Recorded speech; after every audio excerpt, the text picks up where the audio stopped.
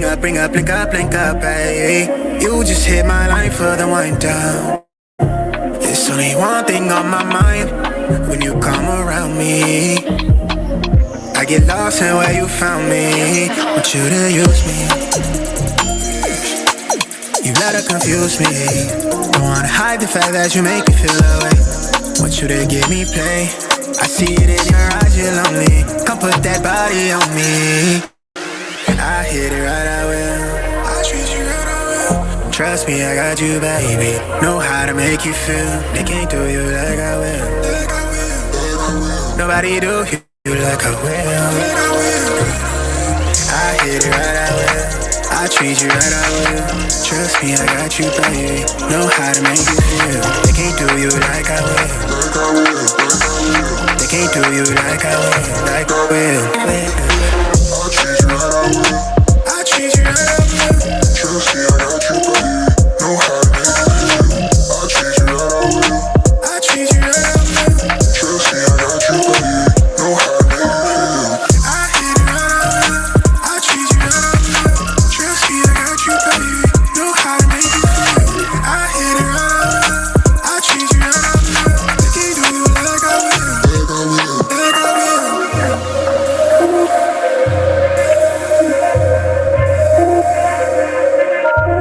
Pick up the phone, little baby. You got me up and I'm wavy. You know I want you to myself. You know you've been driving me crazy. Look at me right in the eye and tell me it's mine. If not, I'ma make it that way. You know I want you in a major way. I bless that body, make you share your grace. I've been trying to get you face to face. Wanna fall through and give you ways to waste. I do what it takes. I make them walls sing on your heartstrings. Say your arms. I treat you right, I will. Trust me, I got you, baby. Know how to make it feel. I treat you right, I will. I hit it right, I will. Trust me, I got you, baby. Know how to make it feel. I hit it right, I will. Trust me, I got you, baby. I treat you right, I will.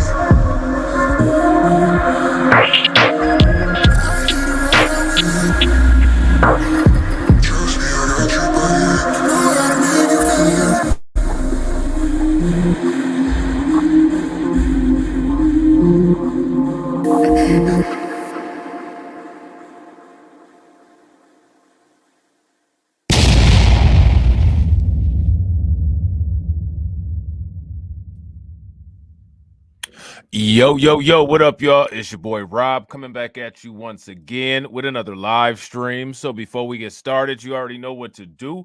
If you're not subscribed to the channel, make sure you hit the bell icon twice. Smash the like button, share this video out to all of your followers, and let's get it cracking. All right, so shout out to everybody who is in the room.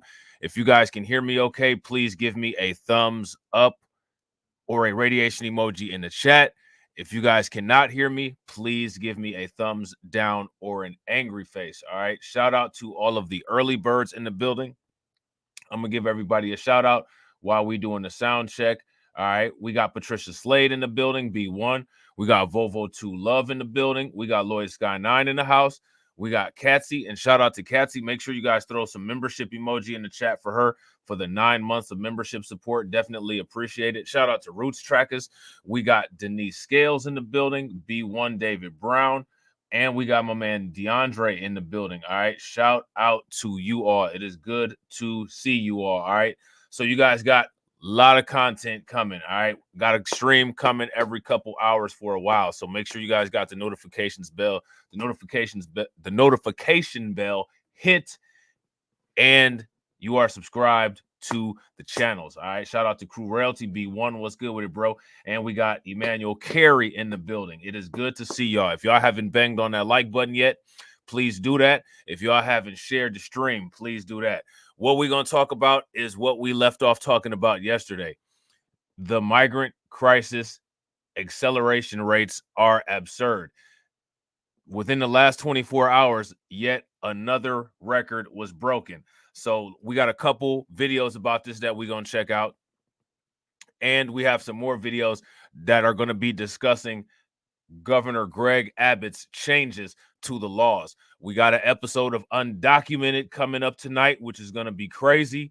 and possibly another undocumented bros on BLR2. Depends on what all we're able to cover here, because we got some interesting undocumented crime reports that we really need to go over and really need to talk about. All right, shout out to Carlton Way. So let's get it. Let's check this out real quick.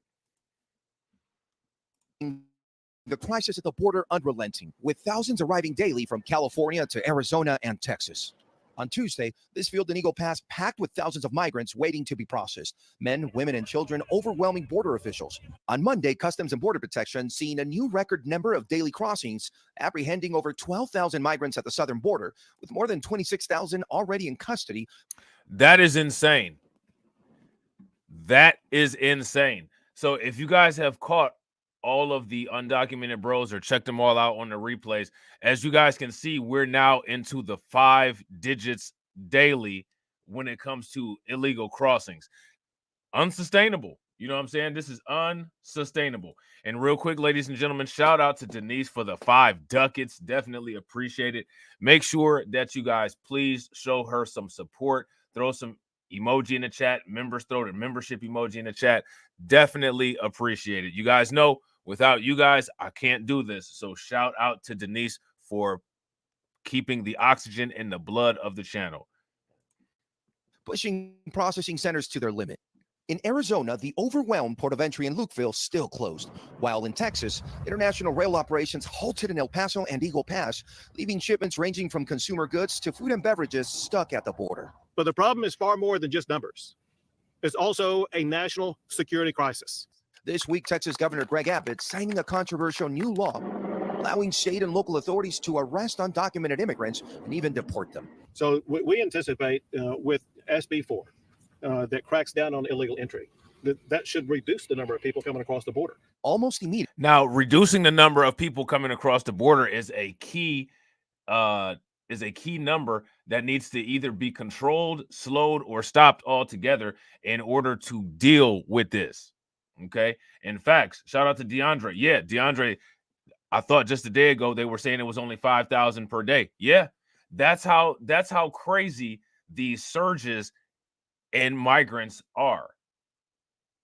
It's wild. It doesn't make any sense. Immediately, the city of El Paso and the ACLU taking legal action, calling it unconstitutional. It's going to open the door to racial profiling. The White House also opposed. The law is incredibly extreme, and it does not. So now this is interesting.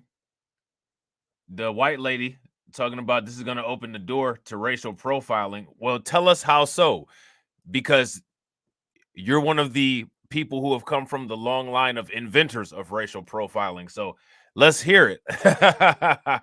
Let's explain. Let's hear it. You know what I'm saying? Shout out to Carlton Way. Wow, 12,000 people. That's the number of people at a Beyonce concert. Facts. At the Barclays. Constitutional. It's going to open the door to racial profiling. The White House also opposed. The law is incredibly extreme. Now, here goes my question. How many doors are already open to racial profiling? And how do you racially profile people who are the same race as you? Let me ask you guys this question. When it comes to most of these undocumented bros, what do they put on their job applications? What race do they consider themselves? That's my question for you guys. And real quick, you guys, we got 21 people watching and we got 15 likes. If everybody can bang on that like button and get us to 30, that would be great. How does that work? I need somebody to explain that to me, please. And it does not make communities in Texas safer. It just does not. With thousands more arriving every day. Real quick, also, ladies and gentlemen, shout out to DSB. He got 5 on it. You know what I'm saying? That's what's good. Make sure you guys show DSB some love. Throw some radiation emoji in the chat for DSB. Definitely appreciate the 5 ducats. All right. Shout out to Sybil. What's good with it? Today, it's a crisis with no end in sight.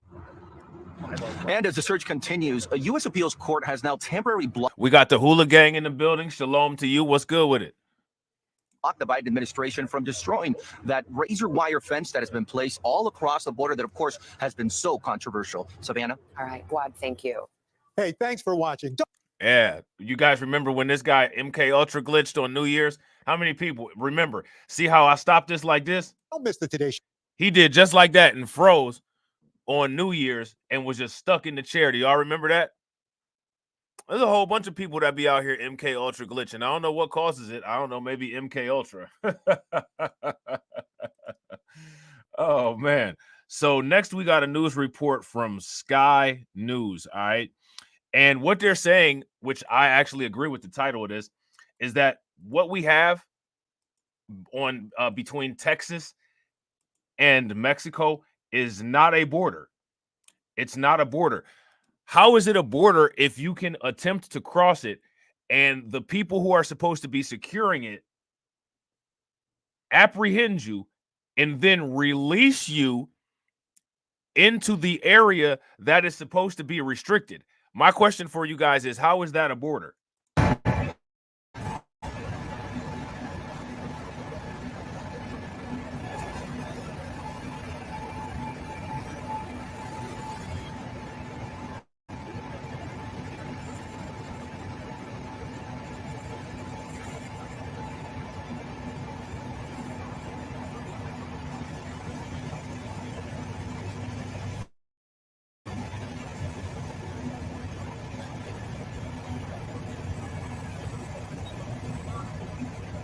Remember, I kept telling you they was wearing plastic bags?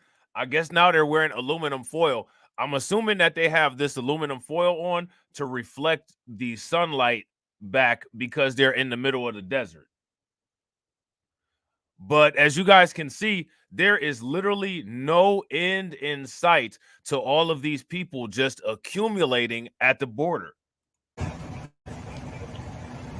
That is an insight into what it looks like in Eagle Pass, Texas, as thousands of migrants wait to be processed, leaving authorities overwhelmed and without the resources to deal with the recent surge.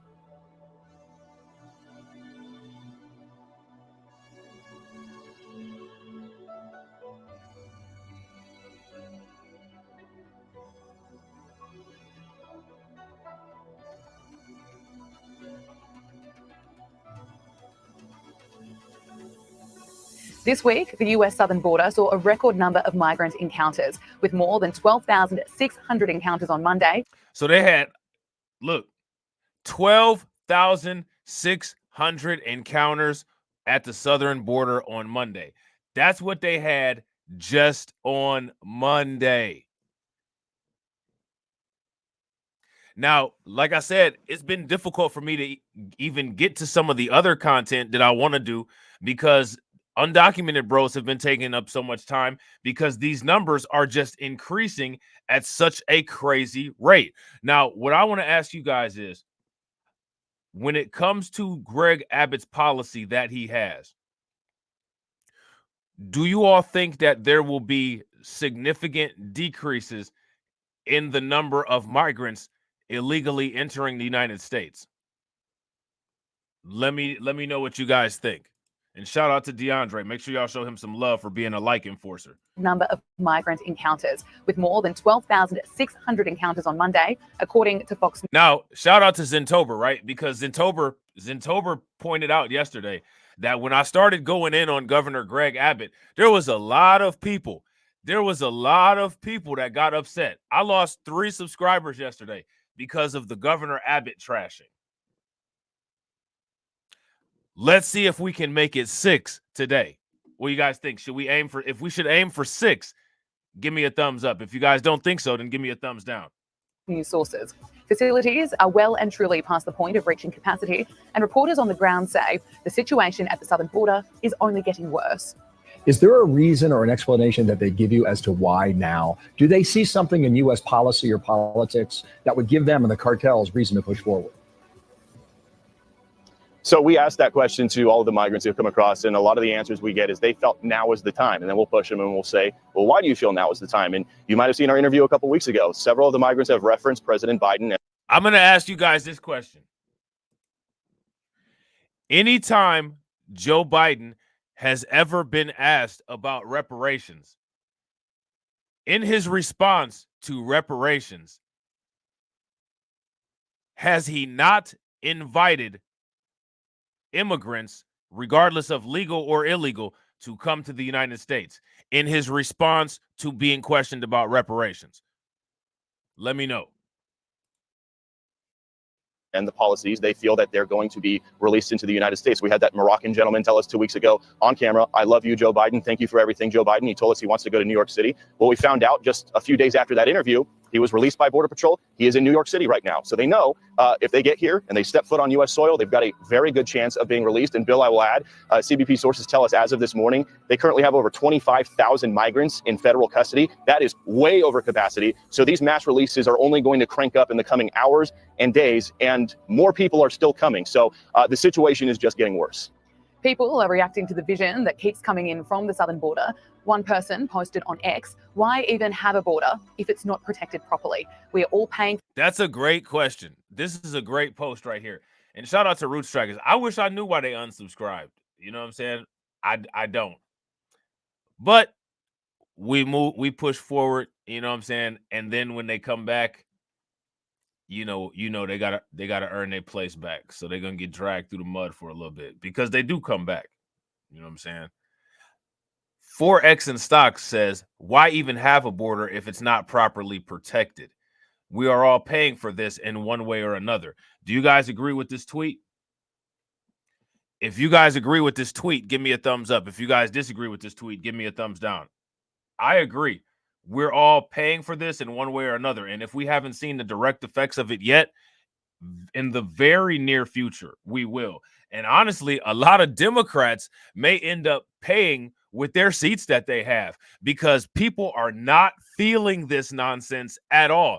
And it's definitely going to reflect when it comes time for those Democrats to try to get reelected. For this, one way or another.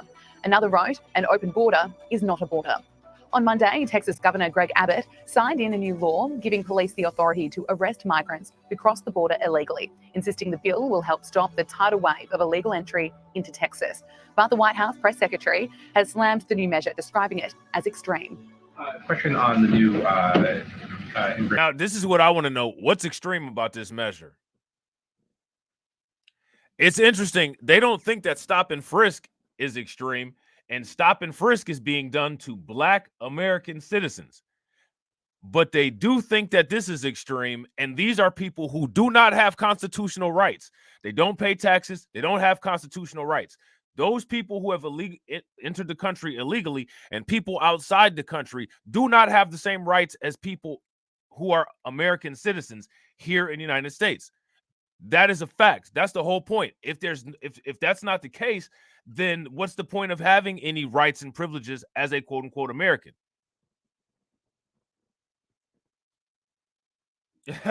Shout out to Carlton. Carlton said that guy asking that question about the border is xenophobic. Everybody need a chance now. Facts.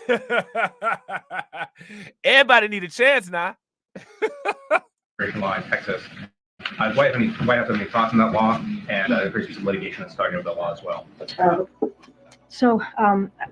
Look, this is an extreme law that will not and does not make the communities in Texas safer. It just doesn't.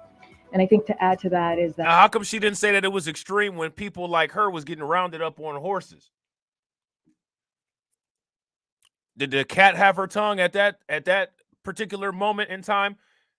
Did what's her name? What's that lady's name? Oh man, what is the old press secretary's name? Redhead. Oh yeah, did Jen Psaki's cat have her tongue or something at that point? it is very much in line with what Republicans, many Republicans like to do or tend to do, which is demonize immigrants and also dehumanize immigrants. This is part of this. And so this is not who we are. Shout out to Alonzo. What's good with it, bro? As a country, communities should not be individually targeted and put into harm's way. And this is what we're seeing.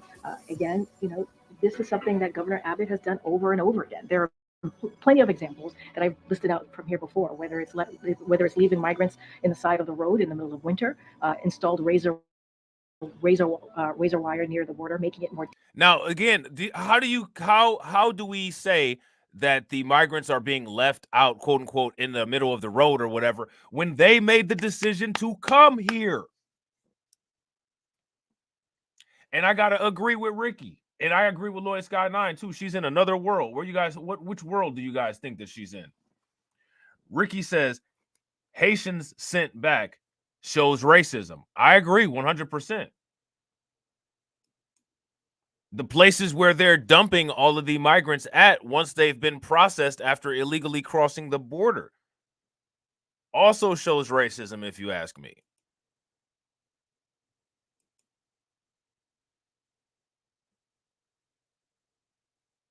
DSB said that she has a Toad, or she has a head like Toad on Super Mario Kart. Oh, man. Like a Goomba. You know what I'm saying? Dangerous for Border Patrol to do their jobs, and place bayous in the river, making it harder for Border Patrol to do their jobs as well. So this is certainly extreme as we see it, and it is incredibly unfortunate, but this is what we see from particular Republicans trying to dehumanize a group of people who are coming here, or some of them trying to migrate here. Now, here's my question. In any of the rhetoric that anybody has said that you all are aware of, has anyone dehumanized the migrants? Literally, no one has dehumanized them.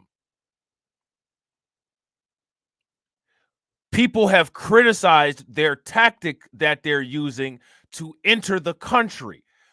That's not dehumanizing someone. That's pointing out somebody that's doing something that's either illegal or against policy.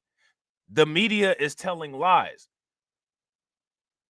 The White House press secretary is telling lies, which shout out to Hula Gang, is exactly what they get paid to do. That's exactly what they get paid to do. And they're putting them in harm's way. They're putting them in harm's way. But there's no denying the crisis at the southern border is having a major... So now, here's my question, guys. Again, you guys know how this goes. You know what I'm saying? We go live, we play these videos, we read these articles, and I just question bomb you guys. You know what I'm saying? At what point do we hold these individuals accountable for their decisions of bringing their families in horrible conditions to try to make it here? What point do we hold these people accountable for breaking the law?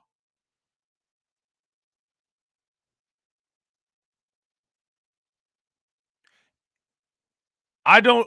Now, it would be dehumanizing, possibly, if these migrants were getting mowed down at the border.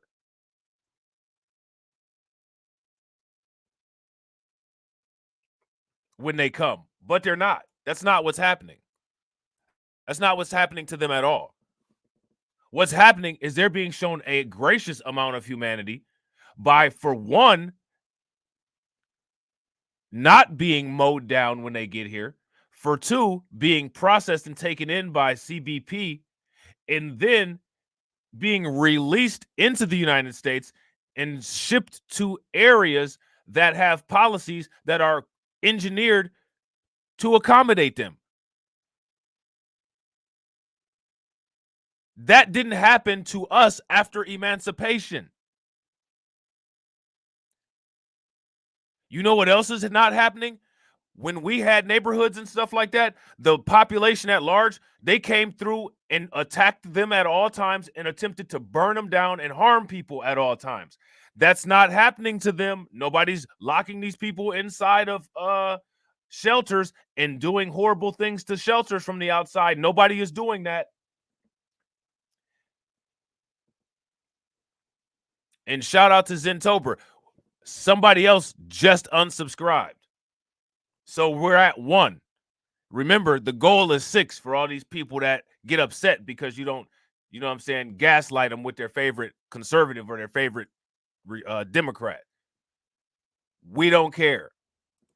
Impact on Joe Biden's popularity. A new Monmouth University poll found Joe Biden's approval rating is at an all-time low at 34%. Shout out to Deformed Pretty Boy. What's good with it, bro? Particularly low marks for his handling of immigration at 26% and inflation at 28%. And it's not the only poll that found Americans are losing faith in the president.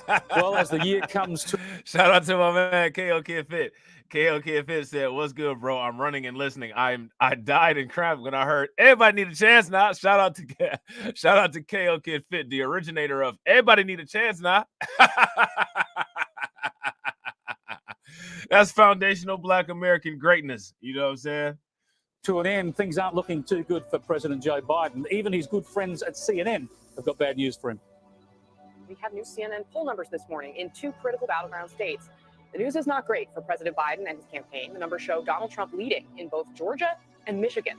In Georgia, a state Biden carried by a very narrow margin in 2020. Registered voters say they prefer Trump over Biden by 5%.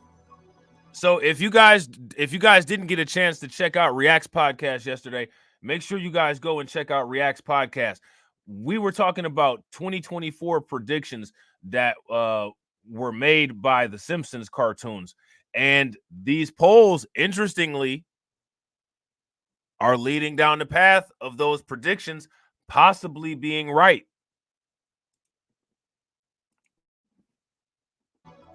Oh dear. I caught up with Kristen Tate in the US to discuss how the president goes into what the Americans call the holiday season with some really ominous polling.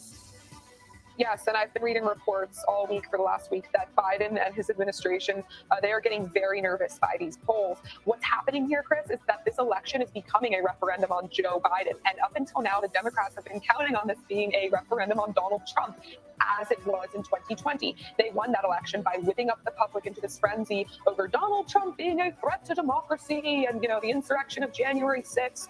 And at this point, they have been panicking constantly every day for years. Now, here's my question for people. How many people heard about this, the city of Denver, if I'm not mistaken? I don't think it's the whole state of Colorado, but the city of Denver has removed Trump from the polls.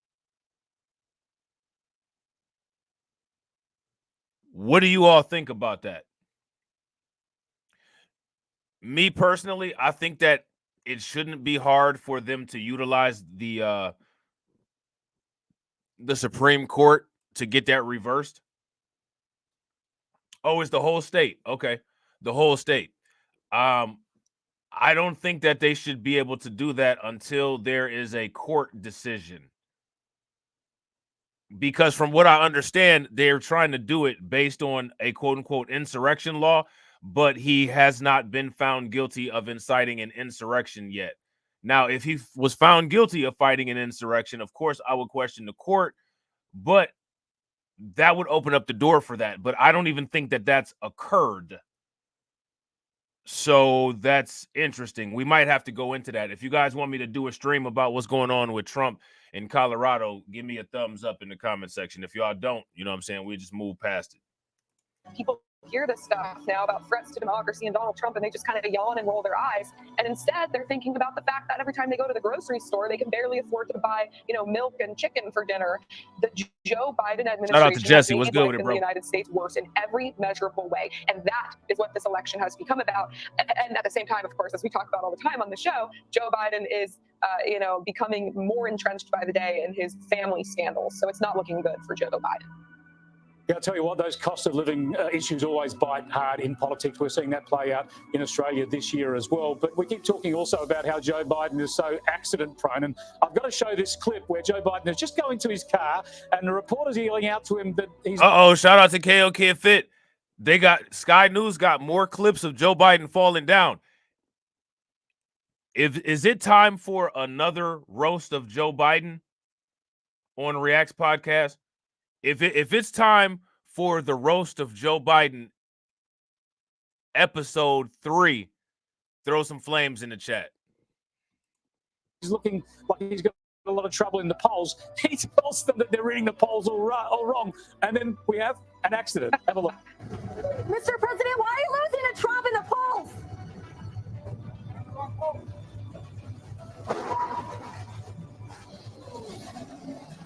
Yeah, Kristen, and a car crashed into the back of the presidential motorcade. It was all like, hey, why did he stop like a robot? You're reading the wrong poll. We have an accident. Have a look. Mr. President, why are you losing to Trump in the polls?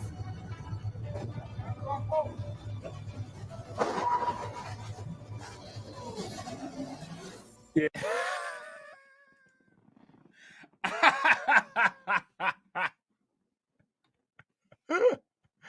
I think the accident was that guy becoming the president of the United States. What do you guys think? Yeah, Christian, and a car crashed into the back of the presidential motorcade. It's all okay. You can see the Secret Service officers. Oh, man. So that's what ended up happening. Somebody crashed into the damn car. And the reporters are yelling out to him that he's looking like he's got a lot of trouble in the polls. He tells them that they're reading the polls all wrong. And then we have an accident. Have a look. Mr. President, why are you losing to Trump in the polls?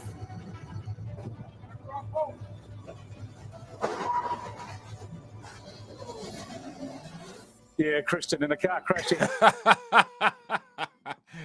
Oh, man. You can't make it up.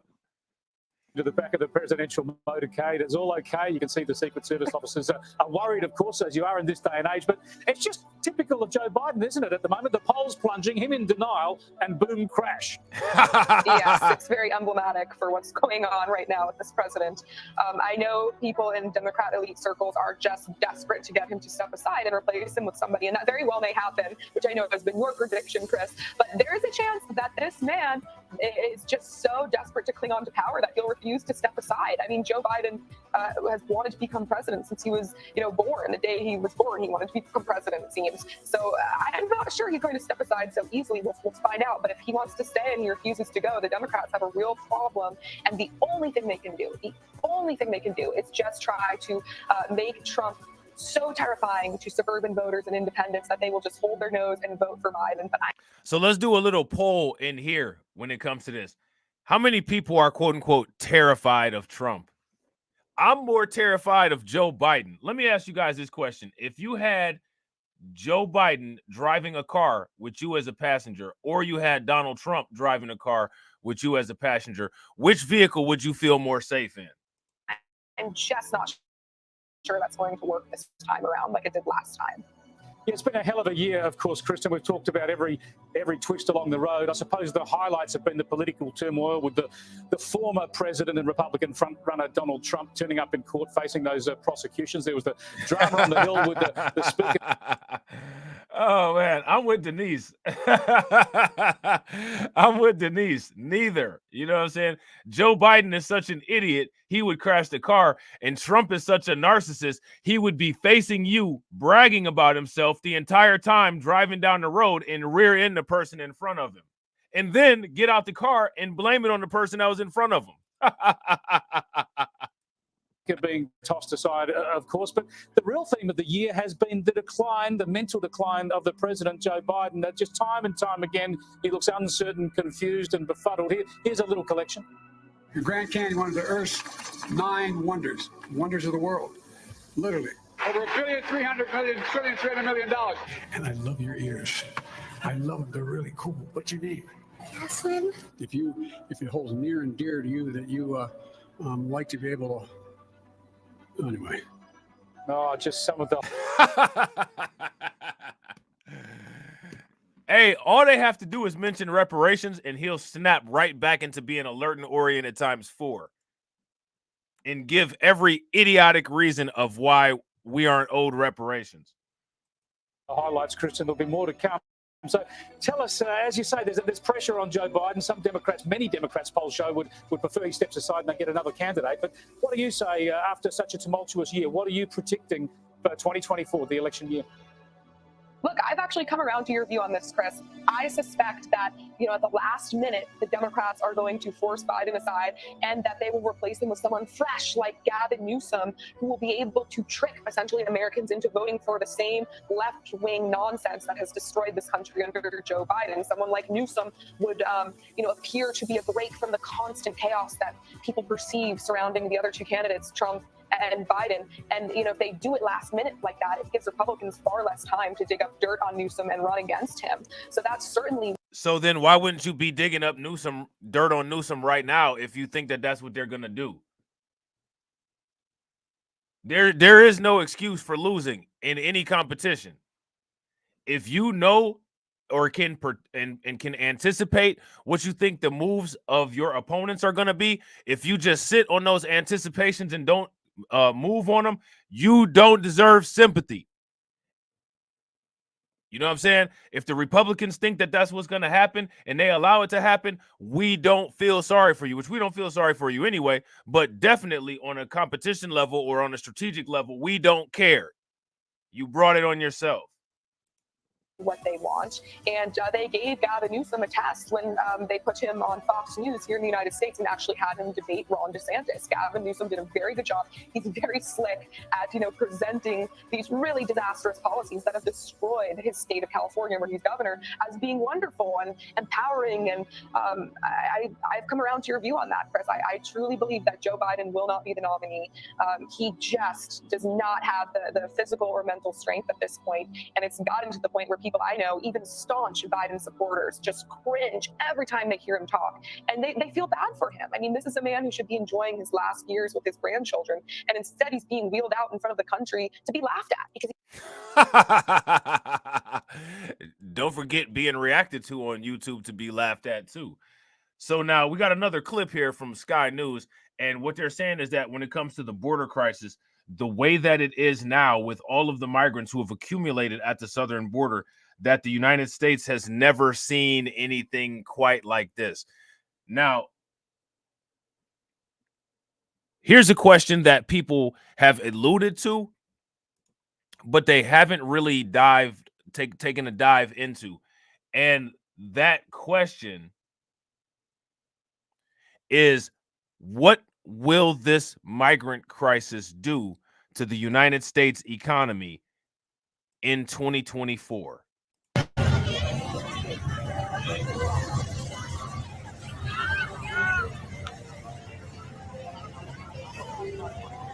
That is the situation in Eagle Pass, Texas, as thousands of migrants wait to be processed by Border Patrol agents after they crossed into America illegally. Reporters at the border say they've been seeing mass illegal crossings take place every day, but they've never seen it as bad as this. Take a look at this footage. So now, this may seem like the same video as the last one, but it's not. They just have clips from that last video in it. But I want to know from you guys, where do you think the specific breakdown is? Where's the specific issue that is causing this border crisis to be just so out of control?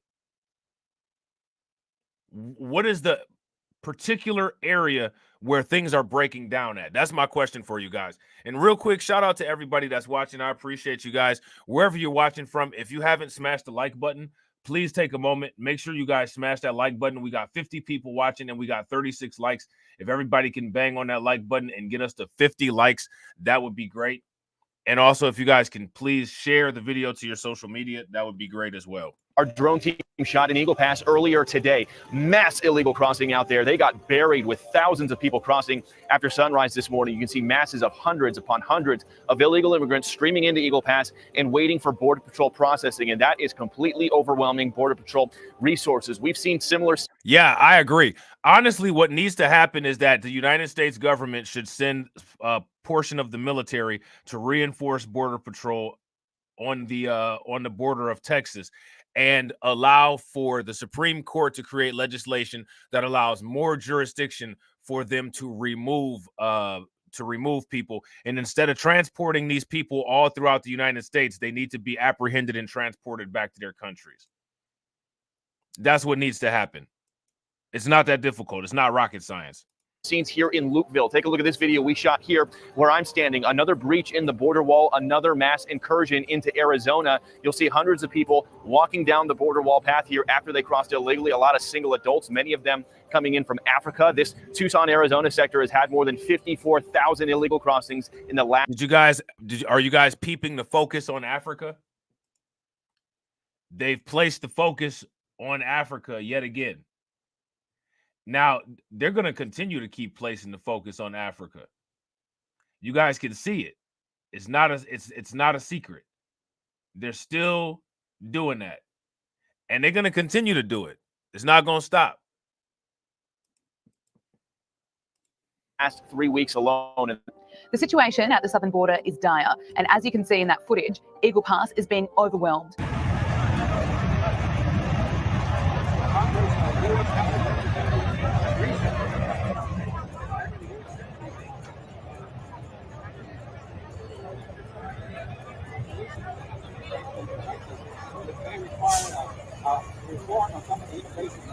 a law that says a silent road. But that is the background. 3% of drug workers are temporarily suspended. On Sunday, U.S. And that's facts. And what Shamika is saying, they're spreading more than just the word. We are definitely going to get into that as we get deeper into the stream. As Customs and Border Protection announced the temporary suspension of operations at the international railway crossing bridges in Eagle Pass and El Paso, Texas, due to the surge in border crossings by migrants through Mexico via freight trains. Texas Governor Greg Abbott has also signed a new law which gives law enforcement officers the power to arrest anyone suspected of entering the country illegally.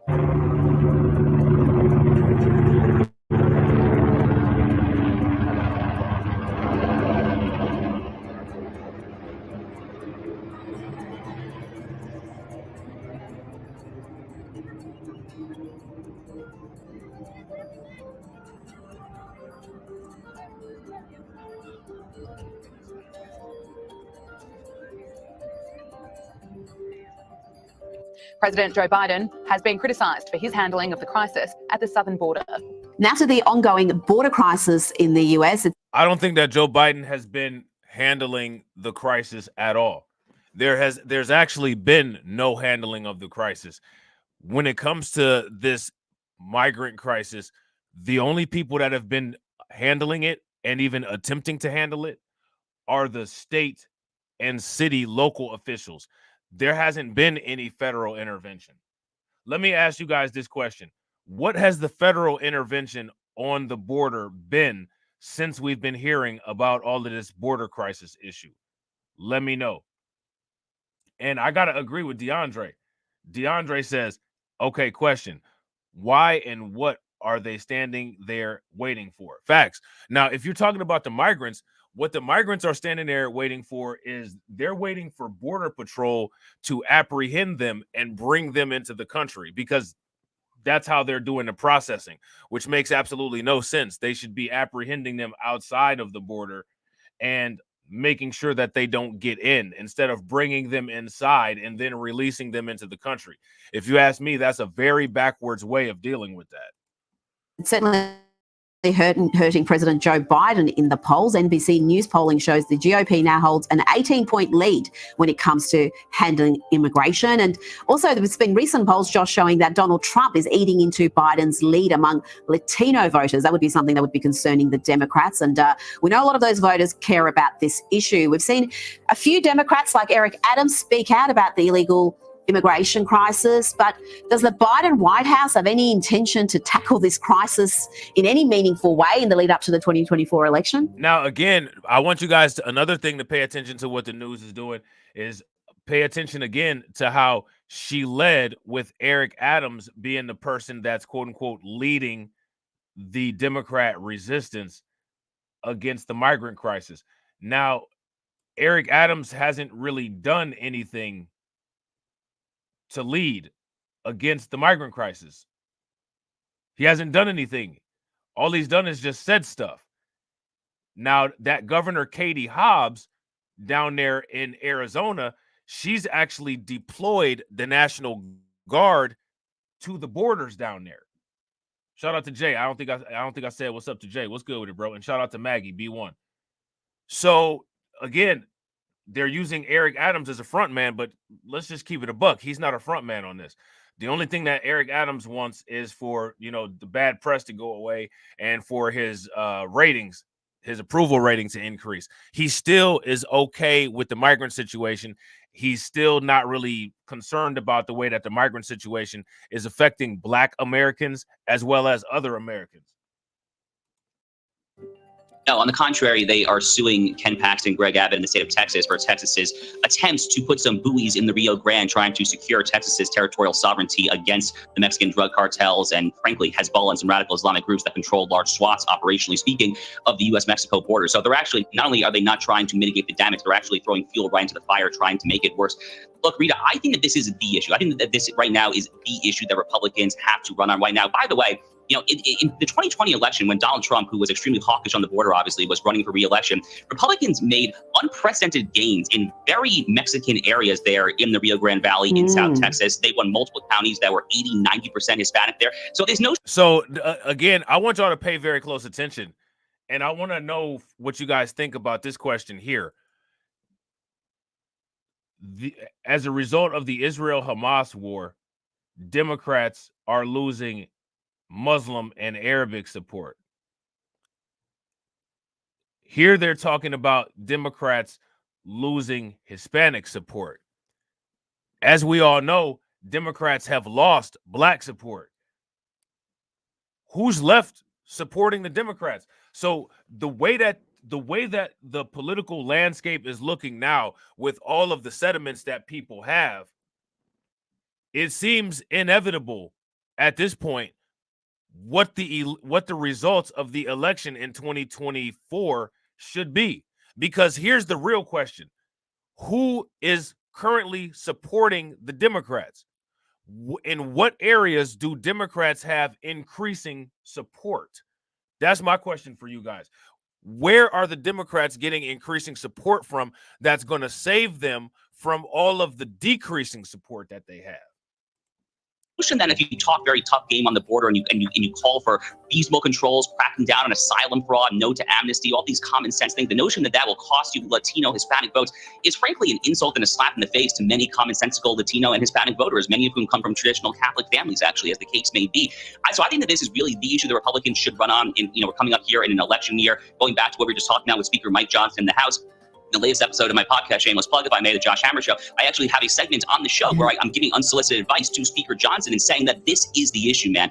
Go all in on this issue. Try to pass as much common sense legislation as you can. It is great politics. It is great policy. Alejandro Mayorkas, the Department of Homeland Security Secretary, is way out of his league. Impeachment articles should have been filed against him many months ago, as Andy Biggs of Arizona and other hard-right congressmen have called for. So I am all in on the immigration issue. I think Joe Biden is a dead man walking when it comes to this issue. I hope that Republicans take advantage of that opportunity. And finally, Josh, we've got more evidence of this two-tier justice system in America. Two BLM writers charged with burning down a Wendy's restaurant in Atlanta in the summer of 2020, the summer of love. That's interesting. Two-tier justice system in the United States. What kind of two-tier justice system do we have? There's only one kind of two-tier justice system that we have. And this is interesting. They're calling these people BLM rioters. Now, these very same people will come to this live stream and call all of us BLM. Now, let me ask you this. Why? Well, they've been fined just $500 each. It just highlights, Josh, this lack of justice, it appears, in the American justice system. Yeah, and there's so many examples of this, right? So in New York City and San Francisco and many of these big blue metropolises that all too frequently have Soros prosecutors, as they have in New York City and San Francisco, you also see this trend where the DAs, they literally announce in advance they will not prosecute theft, petty larceny up to a certain dollar amount. So in New York City, I think for a little while, it was under 200. Now, shout out to DeAndre. DeAndre says, does BLM still exist, or is it a derogatory term now? And Denise followed up. BLM is code for black people. Now, here's the thing, right? It always has been. BLM has always been code for black people. Always, especially when you see these right-wingers say it. $100. So, what is the incentive at that point? Well, you're going to rob $199 worth of merchandise. I mean, you don't need a PhD or anything to figure out what the incentive structure would get you to do. Same thing here. I mean, incentives matter, Rita. I mean, things like this are obviously going to lead to vastly more crime. They're obviously going to lead to much more larceny, theft, robbery, all sorts of things when it comes to. But ultimately, go back to what we were saying earlier. The Black Lives Matter movement, of course, is the glittering eye of the left. They love the Black Lives Matter movement, notwithstanding the fact that the Black Lives Matter movement happens to be emphatically pro-Hamas, not just pro-Palestinian. Recall earlier in the conflict, about 2 months ago now, the BLM Chicago chapter, they actually ended up deleting it, but they had this galling, horrific image of the Hamas paraglider, and they said, that's all you need to know, folks. But again, the Democratic Party has just gone so far off the deep end. They have become so besotted with this toxic ideology of oppressed versus oppressors, of victimizers versus victims, that they... Honestly, I think the height of the oppressed versus oppressor narrative was when white people owned slaves.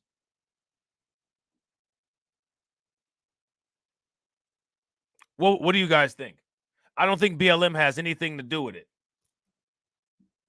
And that's why every single time these people try to rewrite history, it's time for us to come through and break the pencils.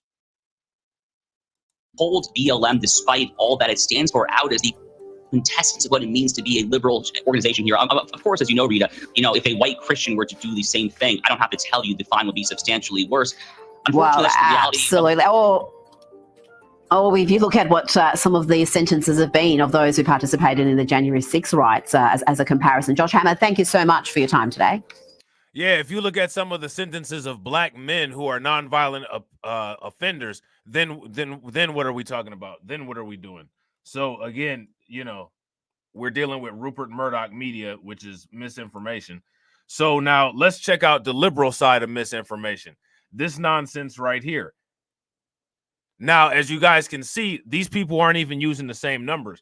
The first two reports that we watched said that there was 12,000 migrants that crossed the southern border on Monday. This report right here, which is a liberal news media outlet, CBS, they're saying that only 10,000 migrants crossed. So I would say that more than likely, probably about 20,000 crossed, realistically, because they're not counting gotaways. And we have to remember that the mainstream media, if it's not coming from us, it's lies. Texas Republican Governor Greg Abbott has signed a bill making illegal immigration a state crime. The law gives state officials the right to arrest and seek the deportation of migrants suspected of crossing the border illegally. Migrants could face up to 20 years in prison if they refuse a judge's order to return to Mexico in certain instances. The goal of Senate Bill 4 is to stop the tidal wave of illegal entry into Texas. It creates a criminal offense for illegal entry into Texas from a foreign nation. CBS News immigration and politics reporter Camilo Montoya Galvez is joining us now from Eagle Pass, Texas. Camilo, you reported that more than 10,000... Camilo better be careful down there before he mess around and not be able to come back with that new law that they got. You know what I'm saying? I'm just saying. Migrants crossed the southern border just in the last day. First of all, talk to us about what you're seeing there, and then we can discuss a little bit more about this SB4 bill. That's right, Lilia. In just the past 24 hours, more than 10,000 migrants have been processed by Border Patrol agents, including more than 3,000 here in the Del Rio sector of Texas, and more are currently trying to enter the U.S. as we speak. We're currently here near Eagle Pass, Texas, right next to the Rio Grande. As you can see, you're still seeing migrants. You're seeing a parent with his child here on his shoulders. We're seeing more migrants. Shout out to the Hula Gang. The Hula Gang said these wicked W folks always think that they are experts on black people. They are sick. They're not experts on anything. The only thing that they're experts on is easy ways out, excuses, and gaslighting. They don't have an expertise on anything other than deviant ways of making means meet ends. That's literally it. That is the only expertise that they have. To really close to us too. And this is really a daily occurrence here along the U.S.-Mexico border. Just a few minutes ago, Lilia, I want to show you this. We saw dozens of migrants stream through this section of the razor wire here to enter the U.S. They had to lift this up, and I saw dozens of migrants, including families with really young children, having to crawl to get into the U.S. illegally. It was really a striking image, and it illustrates the humanitarian implications of this crisis here along the U.S.-Mexico border. And I want to show you a little bit more about what we have seen here. Here you see the belongings and wet clothing of migrants that they left after crossing the Rio Grande and getting across the razor wire. Yeah. Now they're getting processed by Border Patrol. And that 10,000 number that I mentioned earlier, Lilia, that doesn't even include the thousands of migrants who are currently waiting in a makeshift staging area in Eagle Pass, just waiting to be processed by Border Patrol agents who right now, Lilia, are overwhelmed. Camilo, talk to me about what the migrants are telling you. We all have experienced that so often to listen to the migrants and hear what it is that has brought them across such a treacherous trek across multiple countries and finally getting into the U.S. where they hope to find some safety. Well, we have met migrants from across Latin America, including countries like Colombia and Venezuela. Many of the Venezuelan migrants whom we spoke to had to cross the notorious Darien jungle that divides Panama and Colombia and traverse the entirety of Central America and Mexico to get here. So these are some treacherous journeys, Lilia, that, as you know, these migrants have to undertake to get here to the U.S. And they told me that they did not expect to be sleeping in the outdoors, braving the elements for nights here in the U.S. They did not expect that. But in many ways, they believe that this is all going to be worth it because they want to find a job here. They want to reunite with family here, or in many cases, they're seeking asylum. We met a family from Colombia who said they're fleeing threats from the guerrillas in a section of Colombia where they are prevalent. And so they all come with different stories, Lilia, but this— Okay, well, that family that has the threats from the guerrillas, those are the only people that I've heard so far that have had a legitimate and qualifying reason to seek asylum. Coming for a job is not a reason to seek asylum. You know what I'm saying? And most times you don't hear that.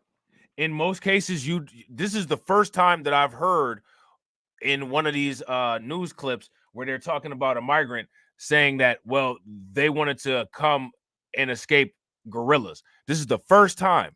Most times they do not say that. Just shows the lengths that they're willing to take to try to get to the U.S. I mean, we're seeing more migrants as we speak right now, Lydia, trying to cross into the U.S., having to basically get away from the razor wire that Texas has set up. And Texas set this up, Lydia, to deter migrants from doing this. But, you know, it clearly is not deterring some of these migrants who are finding ways to get. Now we're gonna talk about what's going on with Texas as far as that razor wire a little bit later. The judges in Texas have ordered the federal authorities to stop cutting the razor wire, which, if you ask me, that should be common sense. Shout out to AB Promotions. What's good with it, bro? Yeah. On American soil, Lilia. You know, something else Texas is doing is what we were just talking about, this SB 4. Governor Abbott is pushing this law forward, which, I mean, as we both know, the states don't have the jurisdiction to implement immigration laws. So how does it all work? Do you see challenges to this law coming? Do you see it being implemented? And what are some of the concerns that exist around it to give police basically these immigration enforcement powers?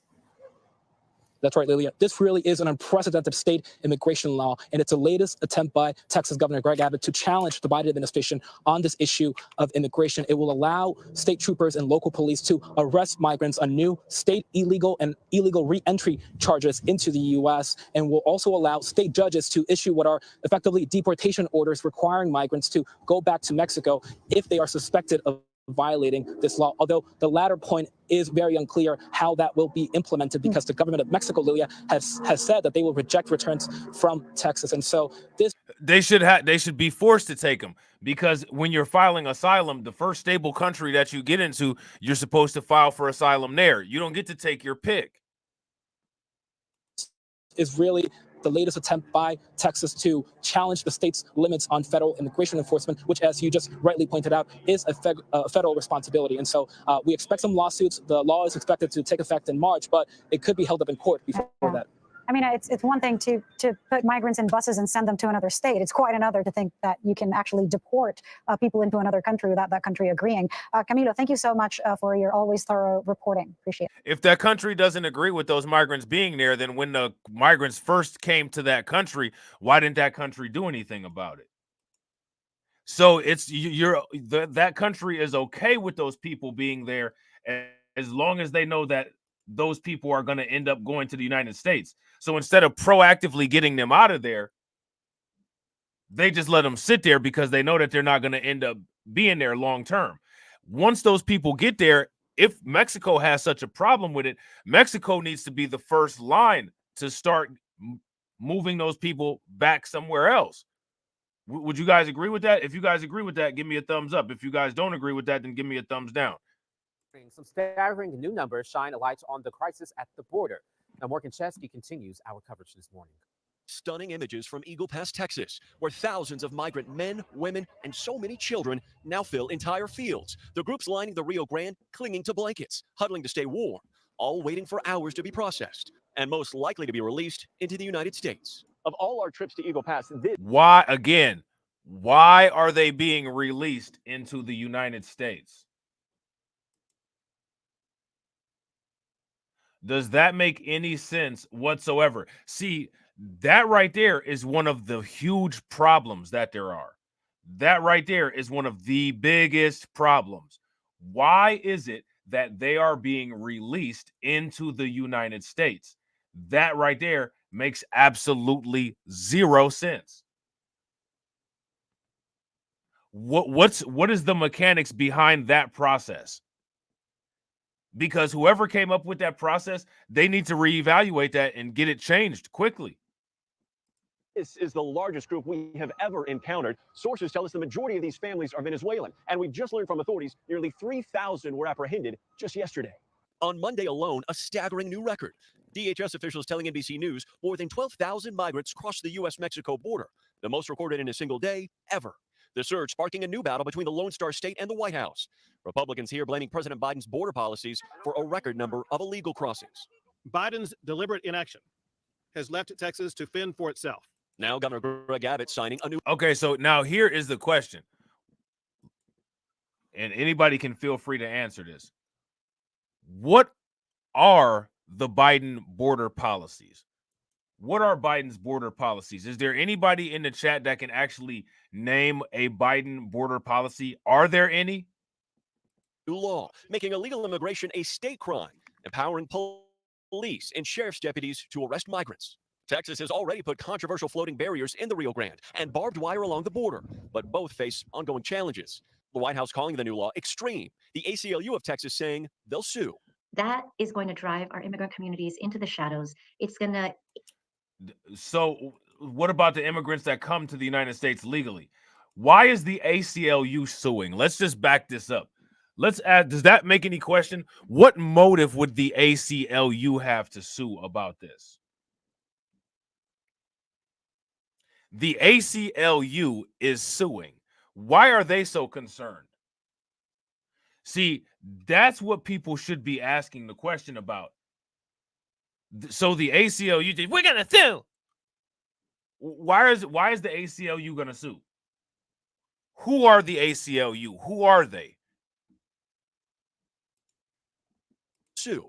That is going to drive our immigrant communities into the shadows. It's going to increase suspicions of relying on law enforcement. How much longer can you keep up? No, we can't. We can't. Now it's like 3,000 or 4,000 right now. So they're coming in. Maverick County Sheriff Tom Schmerber tells us they're struggling to cope with the number of migrants, but the new laws only raise new questions, namely where newly arrested migrants would potentially be held. His jail holds 250, and today sits just below 200. I don't have the resources. I don't have the space. Where I want to put. So there's that. All right. So now we're about to check this out right here. And this is a video from the Austin American-Statesman. And this video is explaining the new Texas immigration law and legal challenges tied to border issues. So again, because I'm not quite sure that I understand a lot of the reasons why the United States is so passive when it comes to these border issues. We've seen all of the videos where they just sit there and let people run past and Border Patrol is right there and they don't do anything about it. And to me, that's just counterintuitive, other than if we just accept the fact that what that looks like is what it is. Because what it looks like is that there is no regulatory mechanism and that they just want people to come into the United States unregulated.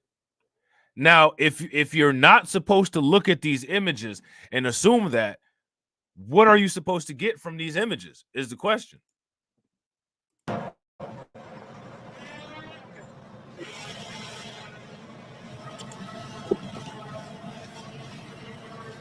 How this new law would work is migrants who cross the U.S. border illegally in between ports of entries could be charged with illegal entry. From that point, they would be taken to a local judge in Texas who would order them to leave the country in lieu of facing prosecution. If they agree to face the country, if they agree to leave the U.S., then there's no charges are filed. But if they don't agree, then the state would prosecute them on a misdemeanor charge of illegal entry, which could mean months in a Texas jail. If a migrant does agree to leave the country but then doesn't. Now, this is interesting, right? Because what happens if they start prosecuting a lot of these people, and as a result of a lot of these prosecutions, it puts a lot of pressure on the jails, and then they run out of space in the jails. Then what happens is my question for you guys. What do you think? If face even more serious felony charges, which could be years in a Texas prison. Very quickly, within 24 hours of the Texas governor signing this law, civil rights groups and the Texas border county of El Paso filed a lawsuit calling this law unconstitutional. Immigration enforcement is a federal responsibility, and this lawsuit alleges that That's a great question. Shout out to Jay. Jay says, "What's his religion?" What do you guys think? We got 59. We got 59 people watching here. Give your best guess at what you guys think his religion is. Texas is going outside of those bounds by trying to enforce immigration law on its own as a state.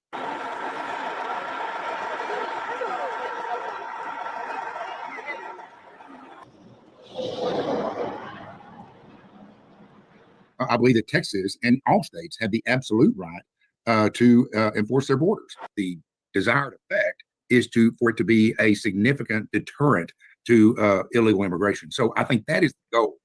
We're trying to stop this, and we're trying to deter these folks from coming across the border illegally.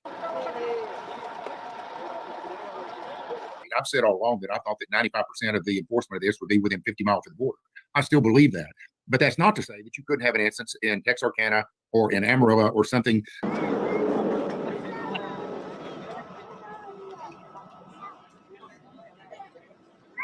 Opponents of this law have railed against this measure for months in the Texas Capitol. They say this law invites racial profiling and will lead to arrests across the state. Importantly, this law is not only enforced near the Texas border. The way the law is written, it allows any police officer in Texas, anywhere in the state. Now, do you all think that other border states should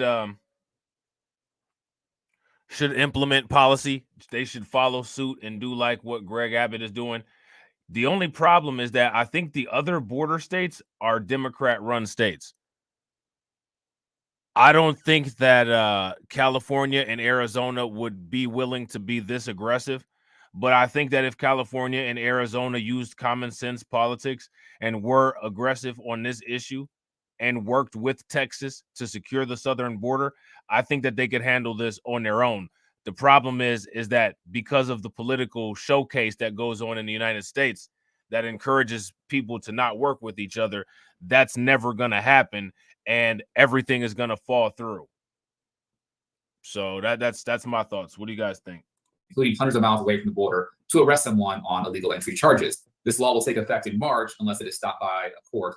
More than 20 congressional Democrats have asked the Department of Justice to also file a lawsuit in an attempt to bring this law to a halt before it is enacted, also saying it is unconstitutional and infringes upon the U.S. government's purview over immigration enforcement. So there's that. All right, so hopefully that explains a little bit better about what the policy is for people who didn't quite know exactly what the deal was. Okay, let me see something here real quick. This is ridiculous. I swear, some of this stuff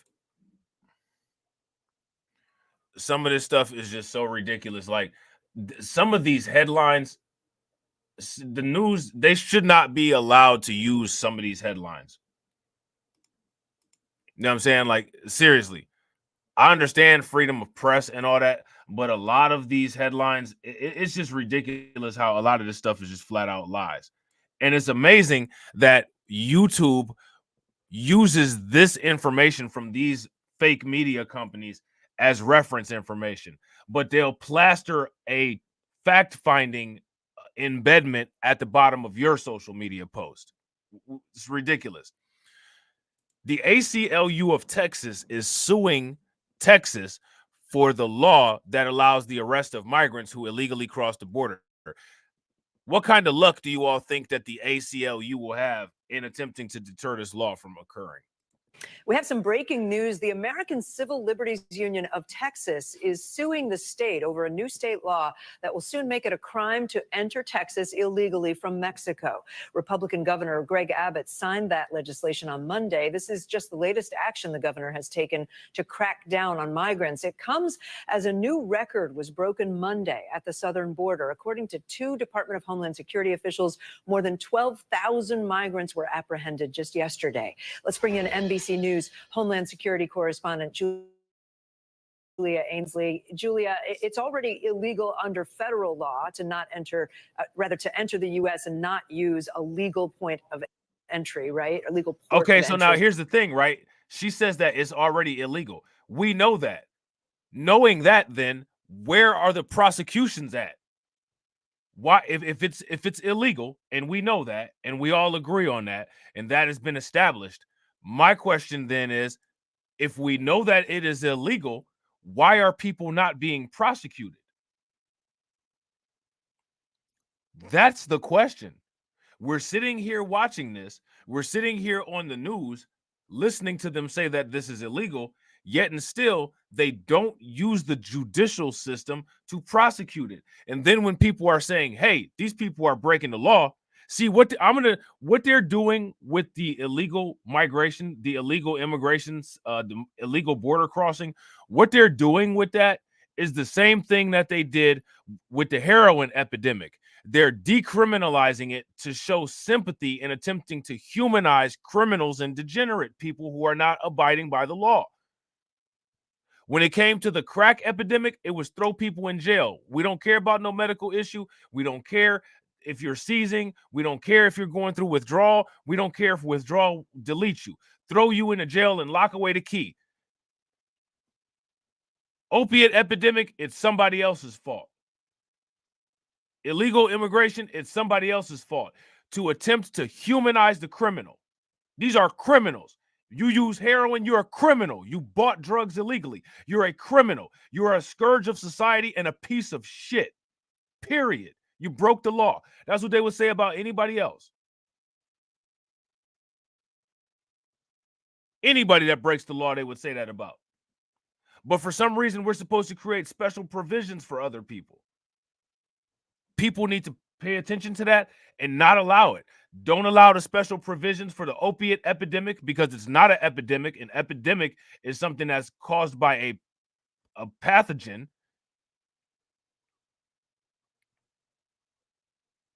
And if you're illegally entering the country, you have committed a crime. Period.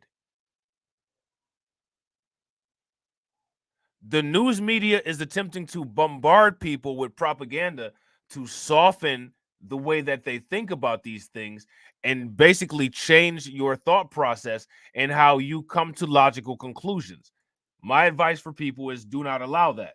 They're trying it with this. They tried it during the C-19, and they're going to continue to keep trying it. We have some breaking news. The American Civil Liberties Union of Texas is suing the state over a new state law that will soon make it a crime to enter Texas illegally from Mexico.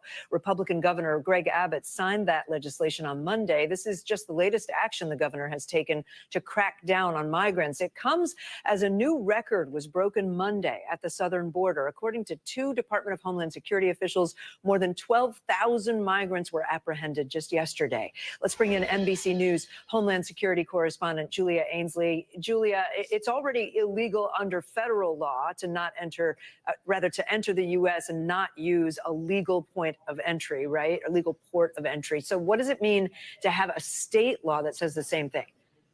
Well, what the immigration officials, both of the federal government and in the ACLU in this lawsuit are now saying is that this is one of the most extreme anti-immigration bills in the country because immigration has always fallen to federal officials, to DH. How is this an anti-immigration law?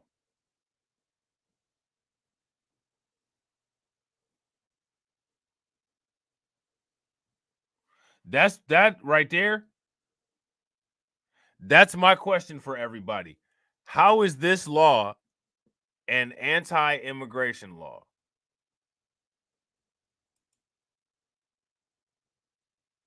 Make it make sense.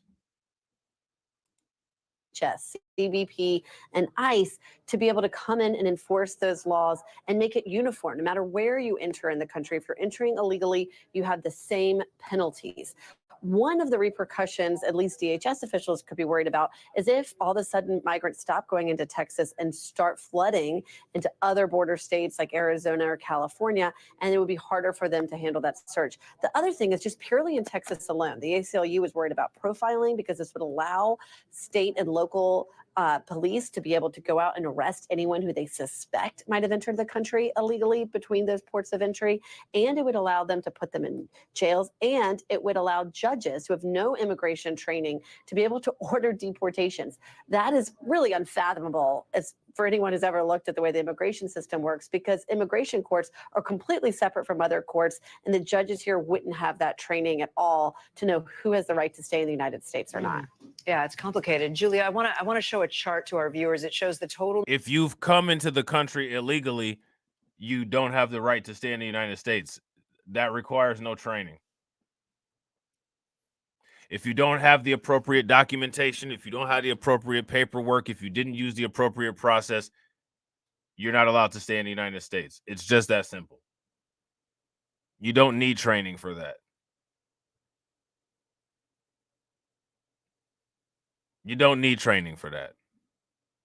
Number of southern border crossings, both legal and illegal, in the last 4 fiscal years. You can see the trend there. The numbers are way up. You were in Arizona. So this is what I was talking about. Southern border encounters. Look at 2021, 71,929. 2022, 164,873. 2023, 231,529. Fiscal year 2024, 240,988.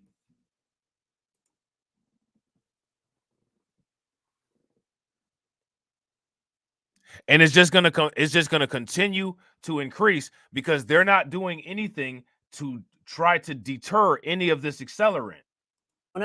On the U.S.-Mexico border, I know last week, some great reporting from there. From what you heard from migrants, Julia, does it appear this Texas law could deter migrants from coming and trying to come in? You know, it could deter them from going into Texas, but whether or not it would deter them from coming at all seems unlikely. Some of the harrowing stories you hear down there, Kate, of people who have been tortured, kidnapped, everything has been taken from them. They've lost loved ones along the journey. If that's not enough to deter them from coming, it's hard to imagine that a new state law would be enough to deter people who are trying to escape. What's going to deter them from following any other laws that we have then? If these people were just nothing to deter them, these people are determined, and they're so determined that they'll break the law. What's to stop them from being determined to break the law once they get here in the United States?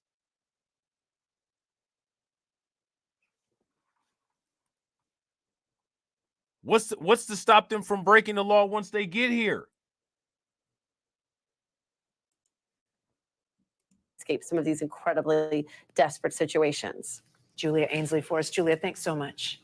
Thanks for watching. All right, so there's that. This dude looks like a black Max Headland. How many people remember Max Headland from back in the day? Don't he look like Max Headland? Y'all remember Max Headland? He used to be the, I don't know what it was, but he was inside of a damn like virtual reality TV or something like that back in the 80s. That's what homeboy looked like. Looked just like Max Headland. You know what I'm saying? So the White House is crying. They're upset about that law. Is that his name? Headroom? Maybe that's his name. Headroom. Yeah, Headroom. That's his name. Max Headroom. That's exactly who he looked like. How are you a real person and you look like Max Headroom? Man, that's crazy. Oh, man. So let's check this out. The White House is mad. They crying. They blasting Texas about this law. Another story this morning in Texas. A new law there that would give state and local police the power to arrest migrants is still coming under fire. It argues that the law, which is set to take effect in March, should be struck down because the federal government has exclusive authority over matters when it comes to immigration. Why does the federal government have exclusive authority over immigration law when this particular immigration law affects the state at a state level because the state is on the border?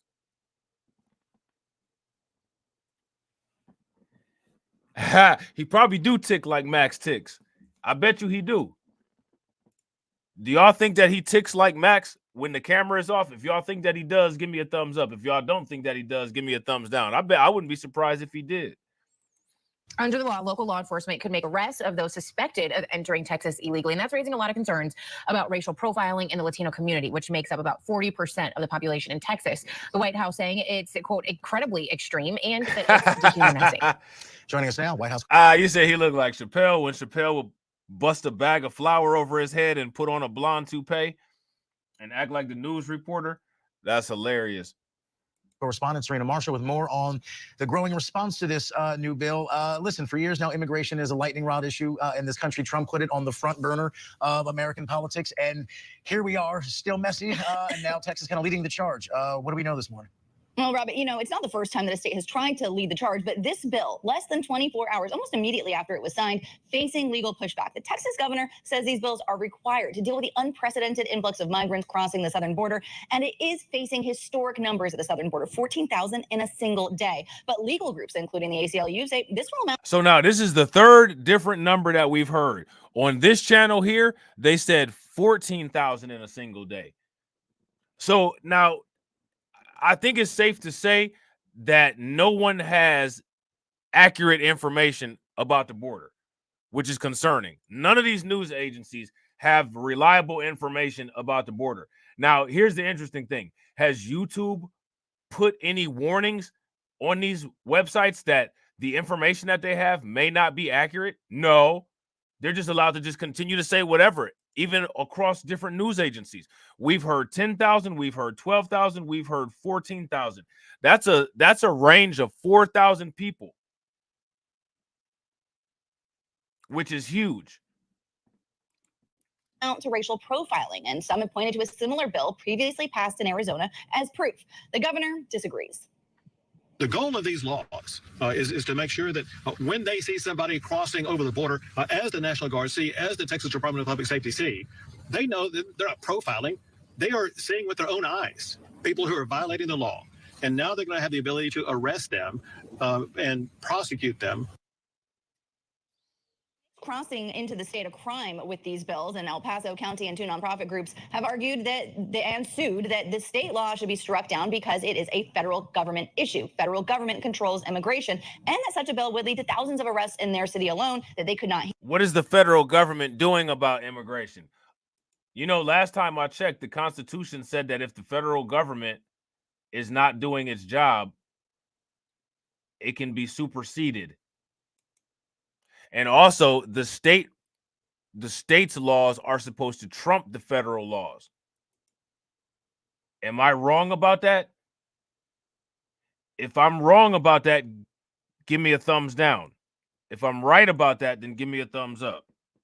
Handle, and it wouldn't take effect though until March. And one element that is not included in these bills are how they would process asylum, which can take years to play out in immigration courts, which is a separate court system. The White House is also hitting back, saying this law will not and does not make the communities in Texas safer. Immigration law does fall again to the federal government, not the states. This is certainly extreme as we see it, and it is incredibly unfortunate, but this is what we see from particular Republicans trying to dehumanize a group of people who are coming here, or some of them trying to migrate here, and they're putting them in harm's way. Already, congressional Democrats and the Hispanic caucus have sent a letter to the Justice Department asking them to block this new law. White House press secretary saying the Department of Justice would decide if a lawsuit would be filed and that she's not going to get ahead of it. You guys. All right. So there's that. All right. So now here's my question. We're moving out of Texas and we're going to everybody's favorite city. We're going to Chicago. All right. Shout out to the Windy City. So how many, if you guys watched the stream that I did yesterday, then you're probably aware of the situation where there was a 5-year-old child who passed away as a result of some type of weird infection or some type of weird pathological event at a migrant shelter in Chicago. You guys heard about that, right? Now, more information has come out about that particular migrant shelter in Chicago. Shout out to Deneen. And what they're saying is that there are more migrants who were sick at that shelter where that 5-year-old passed away. Now, if you guys recall, they named some pretty concerning symptoms: vomiting, blood, convulsions, not what you usually see. We don't know what caused this. They need to find out. I don't think that anybody's really making an effort to do that. Let's see what they say. Right now at 4:30, we are learning more about the conditions inside of a city-run migrant shelter where a little boy was living before he died. At least 6 people have been taken to the hospital from that shelter in Pilsen over the past few days, mostly children. CBS 2's Sabrina Francis spoke with a volunteer trying to help. Sabrina?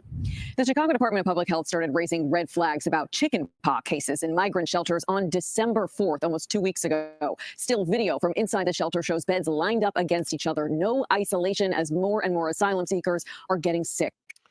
Not good. So why wasn't there like a public news release about this on December 6th when they first found out about it?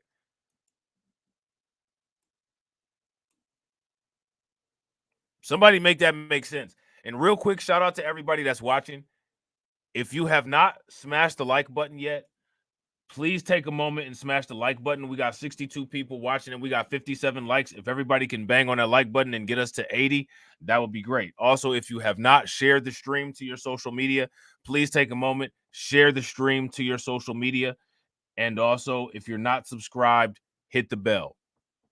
In migrant shelters on December 4th, almost 2 weeks ago. Still video from inside the shelter shows beds lined up against each other. No isolation as more and more asylum seekers are getting sick. Mayor Brendan Johnson says migrants are coming to Chicago sick. Volunteers say that's not the point.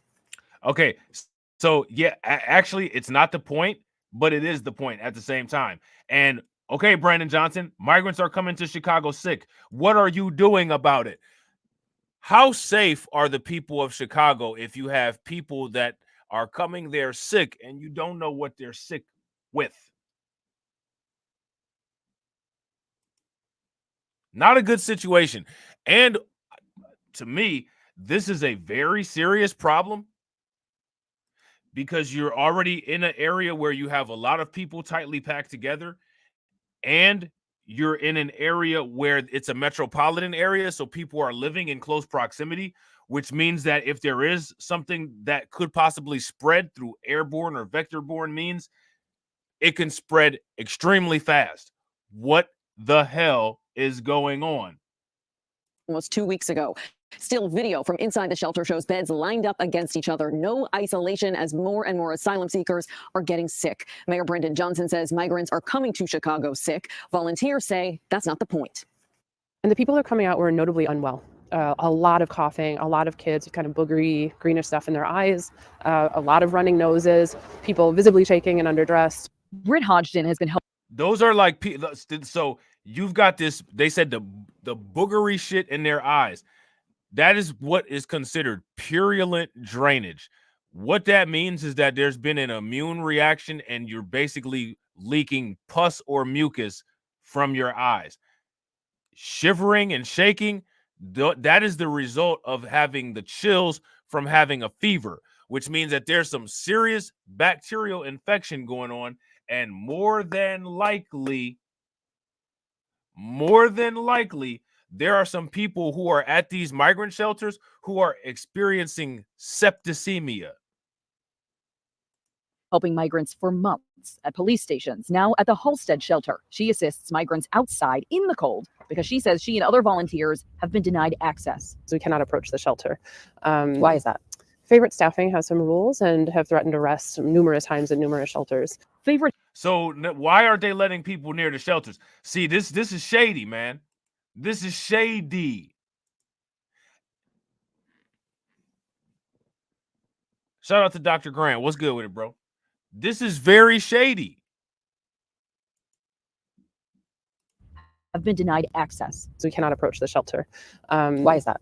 Favorite staffing has some rules and have threatened arrests numerous times at numerous shelters. Favorite Healthcare Staffing, a healthcare staffing firm. City data shows they've been paid almost $94 million in the past year to help with this crisis. People are still kind of living open air. They've been paid $94 million, and they got a bunch of sick people at the migrant shelter.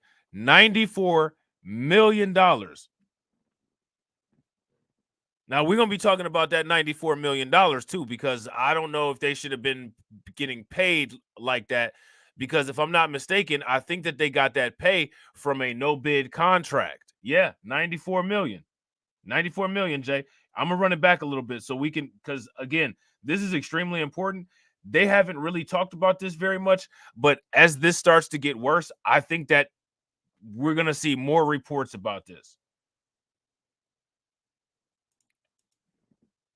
Mostly children. CBS 2 Sabrina Francis spoke with a volunteer trying to help. Sabrina? The Chicago Department of Public Health started raising red flags about chickenpox cases in migrant shelters on December 4th, almost 2 weeks ago. Still, video from inside the shelter shows beds lined up against each other. No isolation as more and more asylum seekers are getting sick. Mayor Brandon Johnson says migrants are coming to Chicago sick. Volunteers say that's not the point. And the people who are coming out were notably unwell. A lot of coughing, a lot of kids with kind of boogery, greenish stuff in their eyes, a lot of running noses, people visibly shaking and underdressed. Britt Hodgson has been helping migrants for months at police stations, now at the Halstead shelter. She assists migrants outside in the cold because she says she and other volunteers have been denied access. So we cannot approach the shelter. Why are they denying people access? And now here goes my question. If they're not letting the volunteers get access, who's actually taking care of things like cleaning up inside these facilities? I guarantee you they're not doing deep cleaning. I guarantee you that they don't have housekeeping. I guarantee you ain't no bleach wipes up in there. Ain't nobody mopping the floor with ammonia. None of that.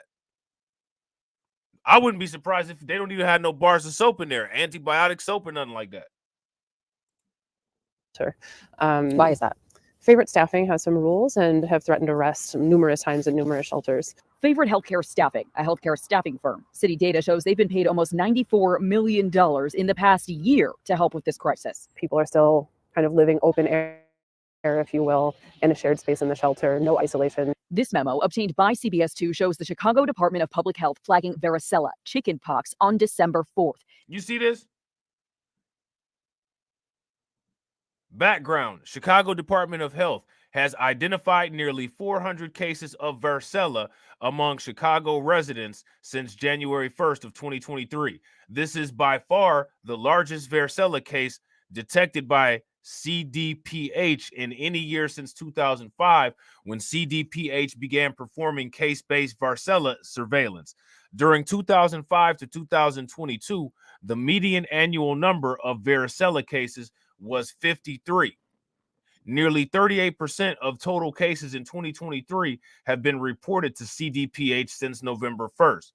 Most, which is 81% of the cases reported in 2023, have occurred in people who have recently arrived in Chicago from the U.S. southern border and are living in congregate settings such as shelters or other respite centers. Among cases reported in 2023, 80%, or 80, which is 20%, have been seen in the emergency department, and 19, which is 4.8%, have been hospitalized for their infection. None have died until now. That 5-year-old boy died. So now y'all can see this.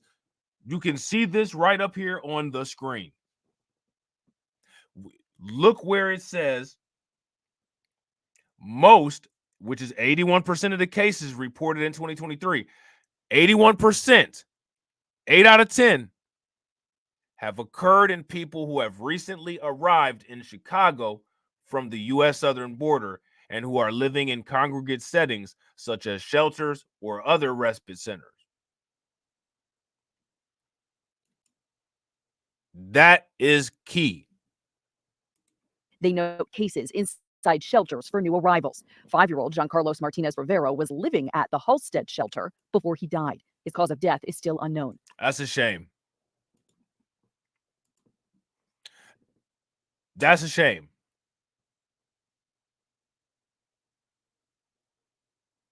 Now, if an American parent did something that put their child in danger, Children's Services would come and they would be punished for putting their child in danger. Everything that this poor little boy parents did put him in danger. No consequence.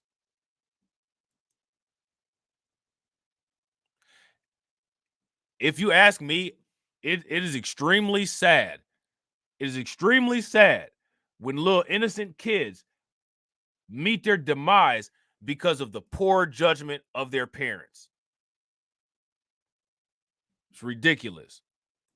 He had a very high fever, over 40 centigrade, so that would be like at least 104. He had to be taken to the hospital by ambulance, while just a few blocks away sits Alivo Medical Center, ready to receive and help migrants, though we're told no one really knows about them. And I guarantee you he had symptoms before that. I guarantee you he had a fever. I guarantee you he was coughing. I guarantee you he was crying all the time. I guarantee you he wasn't feeling good, and nobody did nothing about it. I will be willing to put money on it. That's what happened. We know where to find migrants. We knew the stations. We know shelters. You could do mass vaccination and mass treatment, and we're just not experiencing that.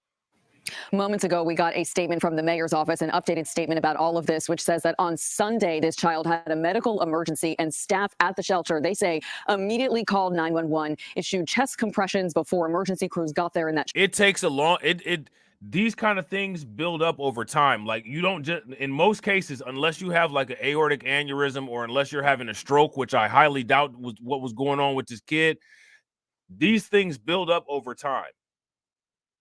I highly doubt that just boom, he had a medical emergency. That's not how that works with pediatrics. child was pronounced dead at the hospital. The city is saying that this incident was not related to the other 3 children that were taken to the hospital on Monday, November 18th. They're also saying that in this case, the child did not appear to have died from an infectious disease. But again, the investigation into his... Well, if that's the case, it's even worse. What the hell happened then?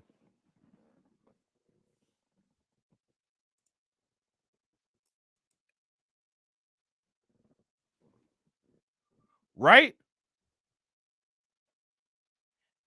If that's the case, then what happened?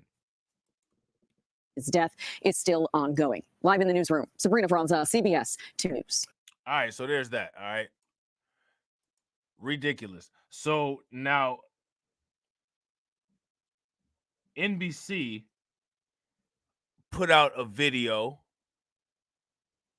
Let me see something real quick.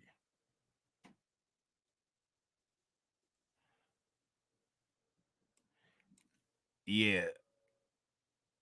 Okay, so yeah, we're going to do this. So NBC put out a video. But first, we're going to look at the local videos that's been put out. NBC 5 Chicago puts out this video where people are questioning the conditions at that shelter that led to that boy's death. And honestly, if you ask me, there probably have been more deaths that are just unaccounted for, because when you're undocumented, it's easy for stuff to go unaccounted. That's the whole point of undocumented, right? You know what I'm saying? And shout out to MC Fact. I agree. If you guys agree with MC Fact, give me a thumbs up. If y'all disagree, give me a thumbs down. MC Fact says this is what happens when you let people flood in without any type of vetting. Facts. And that's exactly what's going on. C5 Investigates has been following Chicago's migrant crisis for months now. Medical volunteers tell us they've run into hurdles when trying to offer more medical care at these shelters. NBC5's Bennett Haverly is joining us now with a closer look at Chicago shelters. Bennett? Alex. Now, they paid that medical company $90 million. Mind you, let's just break this down real quick. It is a medical company that is managing the migrant crisis. The medical companies are managing these facilities.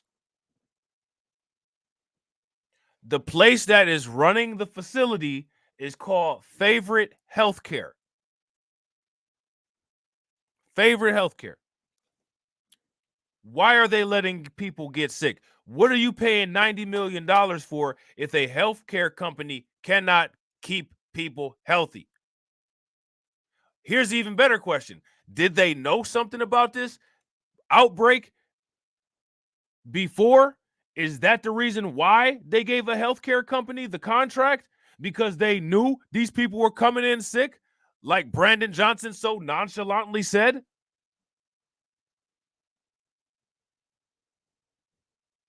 What's really going on? And the volunteers tell us that their offers to provide medical assistance have up until now been turned down. It was something the mayor told us he was unaware of. Why is that happening? What's there? It is right there. Make it make sense. Shout out to MC Fact for being a like enforcer. DeAndre and MC Fact holding it down, enforcing them likes. Appreciate y'all. Make sure y'all smash that like button if y'all haven't smashed the like button. Also, if you guys have not shared the stream, sharing the stream is imperative for channel growth because YouTube does not push my content out. If you want to see something strange, come to Blacklight Revelations. You will see a video with 150 likes and only 200 views. The only place on YouTube where you can see some shit like that at. So make sure y'all keep coming. Make sure y'all keep hitting that like button. Make sure y'all keep sharing. Make sure y'all keep hitting the bell. Why are they not letting the volunteers provide health care to unhealthy shelter tenants? And shout out to Denise for being a bot enforcer. Appreciate it. Alex and Allison, the volunteers tell us that their offers to provide medical assistance have up until now been turned down. It was something the mayor told us he was unaware of. Another ambulance run Monday to the Halstead shelter, where more than 2,000 migrants are staying. Over the weekend, a 5-year-old boy was found unresponsive here and later died. Chicago Fire confirms there have been several calls for sick children at this shelter. But we have lots and lots of produce. The news of the child's death was not surprising for Dr. Evelyn Figueroa, a physician and medical volunteer who also operates the Pilsen Food Pantry. She told us migrants have shown up here asking for food, clothing, and medicine. I expected there to be some atrocity in the building, and that would finally give us the leverage. So when was you going to blow the whistle then? She said she expected there to be an atrocity. What exactly were you expecting? Dr. Figueroa tells us a medical student volunteer was allowed to visit the shelter Monday after previous requests have been ignored. It shouldn't take people dying for you to do something, for you to ask for help. Help that's readily available, and people are offering to help. Speaking at a city event, Mayor Brandon Johnson said he was deeply sorry and hurt about the child's death, but defended the city's efforts. They're showing up sick. Do you hear me? They're showing up sick. So if you know that they're showing up sick, then that probably is why you decided to no bid contract a healthcare agency to staff these migrant shelters. But then why are they not allowing volunteers to intervene when these people are having healthcare crises? Because clearly there's healthcare crises that are taking some of the people out. Why aren't they getting tissue cultures and sputum samples and seeing what's going on with these people and what kind of healthcare issues that they're having, seeing if these things can be spread to the public? Brandon Johnson is just sitting there saying this nonsense matter-of-factly.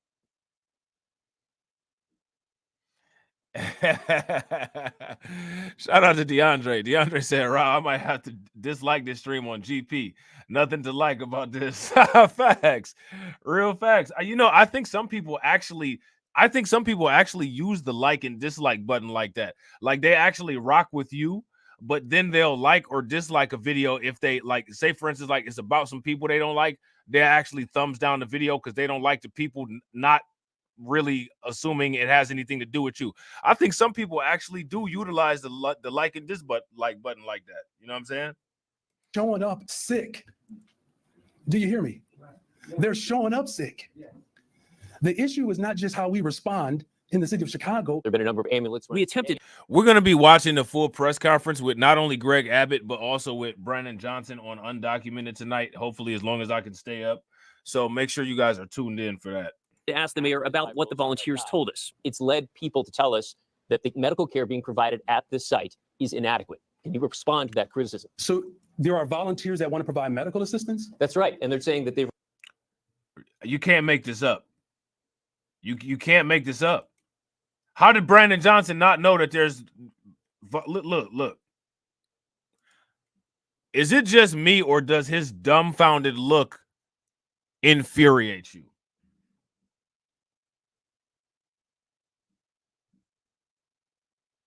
Do when he just sits there like the lights are on but nobody's home, does that not just do something to you? Does it just make you angry? Because I'm not gonna lie, anytime I see this dude confused, I get extremely irritated. And then when he says something just completely outlandish, as if it's common sense, it's infuriating.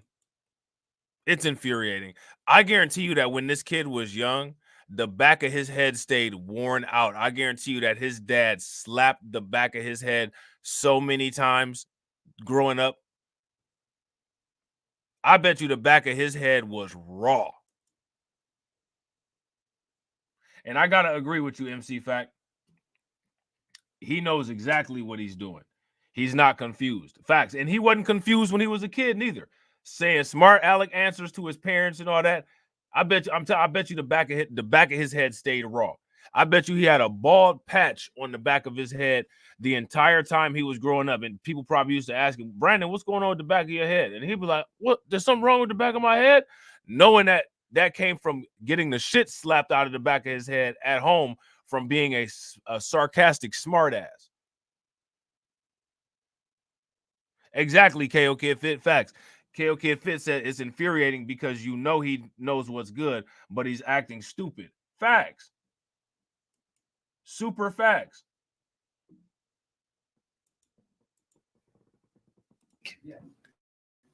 The issue is not just how we respond in the city of Chicago. There have been a number of ambulances. We attempted to ask the mayor about what the volunteers told us. It's led people to tell us that the medical care being provided at this site is inadequate. Can you respond to that criticism? So there are volunteers that want to provide medical assistance? That's right. And they're saying that they've repeatedly... Are these, hold on a second, are these medically trained volunteers? Yes.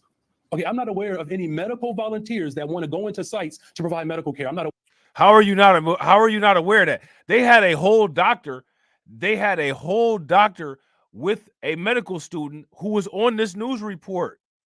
How does Brandon Johnson not know about this? When will Brandon Johnson get held accountable for the blatant lying that he does? This dude blatantly lies. Blatantly lies. When is anybody going to hold him accountable for this? As far as his fellow Democrats, the community is already holding him accountable, but they're being blocked.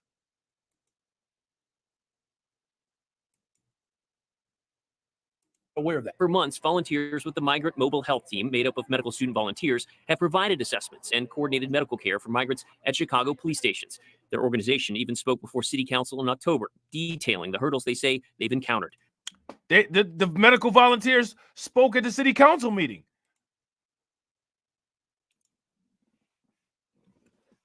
You guys heard that, right? The medical volunteers who are seeking to provide care to these sick migrants are speaking at the City Council meetings. Another reason why they're probably trying to change the way that the City Council meetings are coordinated, so Brandon Johnson can continue to act like he doesn't know what's going on, and so that the medical students who are assisting with this issue are not able to voice some of the things that have occurred. Student volunteers have provided assessments and coordinated medical care for migrants at Chicago police stations. Their organization even spoke before City Council in October, detailing the hurdles they say they've encountered. NBC5 Investigates obtained this text message from November 25th between a medical volunteer and the city's contractor, Favored Healthcare Staffing. In it, the volunteer asked if they'll be moved to triage at the shelters once the police stations are cleared. The response, at this time, we don't believe we will need help in the shelters. There it is. So they got the text messages. And I got to agree. Shout out to Chris. If you guys agree with Chris, give me a thumbs up. If y'all disagree, give me a thumbs down. Chris says, don't worry. When it comes time for re-election, the email, paper trails, and scandals will pop up for Johnson. That's a fact. That's a fact. I do believe that.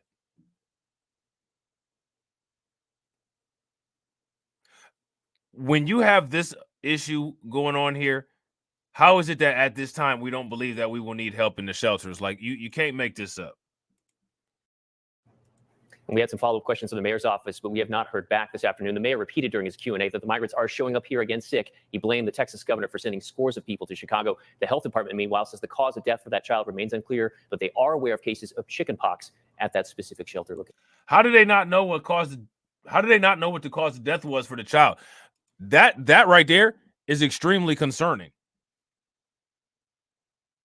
They need to figure out what the cause of death was for that child. Here, but they are aware of cases of chickenpox at that specific shelter location. Hopefully raising these questions, though, might get more information to the mayor to maybe make different decisions when it comes to medical care. Well, and I know that there are medical teams that do provide care at those shelters, but there seems to be sort of a question about, why can't these volunteers get in there and assess this and provide assistance that seems to be needed? Yeah. All right. I know you'll stay on it. Sure. Thank you, Ben. So there's that. Not making a lot of sense. So the residents are pissed. The residents of Chicago are pissed. They are not feeling this at all. Shout out to Carla. What's good with it, Carla? And they're telling the city leaders that they want the shelters closed. Now, if you ask me, I think that they should be closed.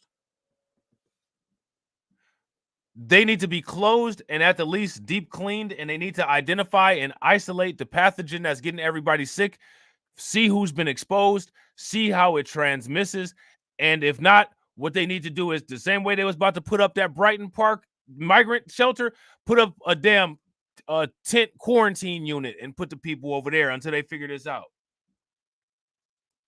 Doing things in the park that are illegal. This is a very real concern. I don't think you guys are aware of the problem.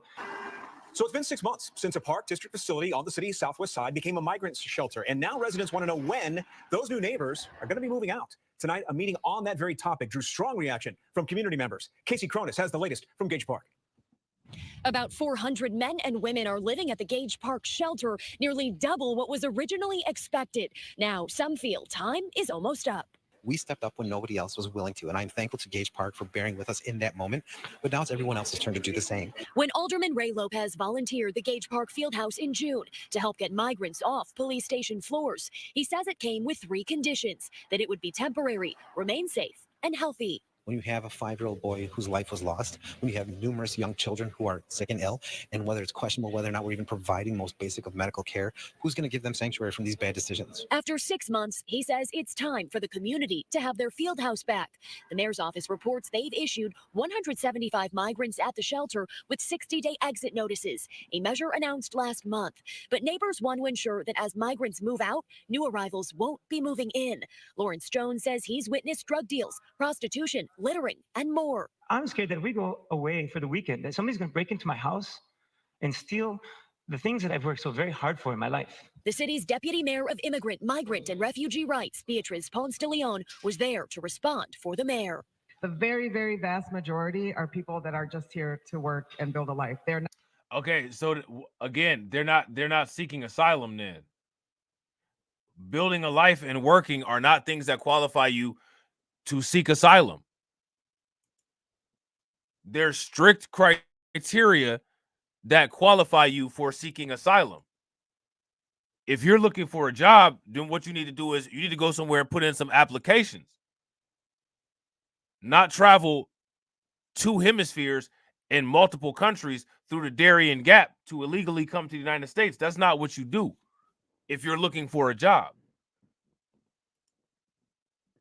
Was there to respond for the mayor. The very, very vast majority are people that are just here to work and build a life. They're not committing crimes. While other arrangements have been made for the youth teams that practice at the field house, some residents say those options are farther away and more costly. Reporting in Gage Park, Casey Cronus, Fox 32, Chicago. So now, here, a lot of people are now, as a result of all of this, people are starting to spill the beans about the conditions at these migrant shelters. And it's not sounding real good. And shout out to everybody that's watching. Let me see what we got popping off here.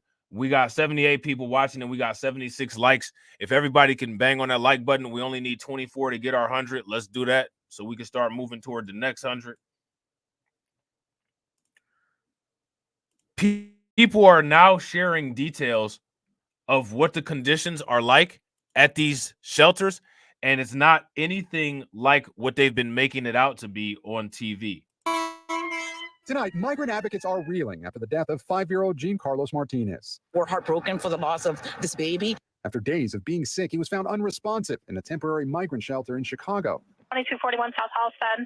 Ambulance 4 is requesting CPD as soon as possible for a child with cardiac arrest. Martinez was rushed to the hospital, but later died. Fire department confirmed. Okay, so that's the first that we heard on you guys hear on the 911 call. They said that the kid had a cardiac arrest. The poor little boy had a heart attack. What would cause a 5-year-old boy to have a heart attack? Unless this boy had like congenital heart defects that weren't treated prior to him coming here. Look, this is a healthy little boy. He had a heart attack.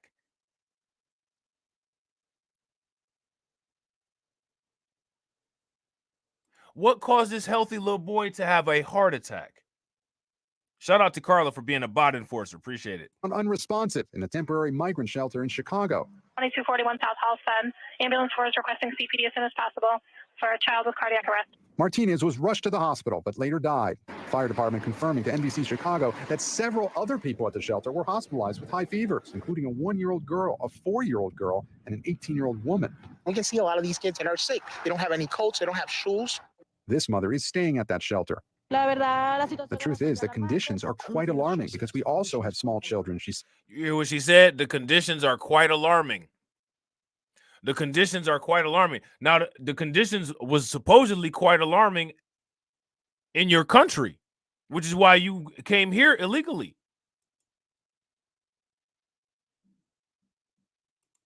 Says. Of course, we're providing support for the family, and we are obviously deeply sorry and hurt by this loss. Chicago's mayor does not blame the city or its policies for the child's death. Brandon Johnson is not sorry that this happened. Brandon Johnson does not care that this happened. Brandon Johnson was going to move forward with putting people onto a site in Brighton Park that had hazardous materials in harmful and concerning amounts.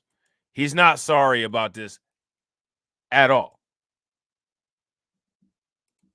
They're showing up sick. Do you hear me? They're showing up sick. He points the finger at southern states who he says are not communicating with Chicago about when migrants are coming and where they're being dropped off. That's exactly what I'm thinking. That's exactly what I'm thinking. Because as much as people are talking about that there's drug activity and all of this degenerate stuff that goes on at these shelters, Black Spider said he might have got a hold of that stuff. Now, think about it. If you got a hold of that stuff, that will cause a heart attack. That will cause a respiratory arrest too. First, you would have a respiratory arrest, then you would have a heart attack. Somebody think that little man might have been unsupervised and got into his mom's stash, possibly. If you guys think that that's a possibility, give me a thumbs up. If y'all don't, give me a thumbs down. Now, what's the problem with that? The problem with that is that they got the Safety Act in Chicago, which means that if little man, unfortunately, found his way into his mom's stash, hurt himself by touching it, started having respiratory depression, which would then lead to a heart attack.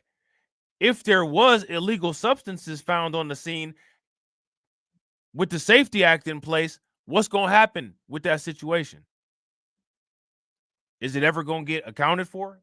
Is it ever going to get reported? They're just dropping all people anywhere. Do you understand how raggedy and how evil that is? Since May, nearly 500 buses have arrived in Chicago with migrants.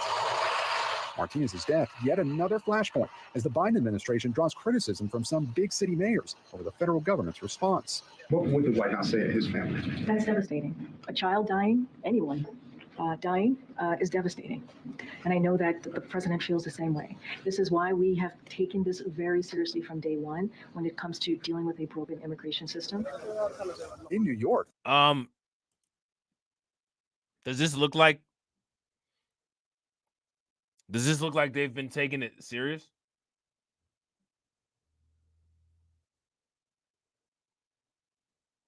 This doesn't look like this border crisis has been taken serious at all.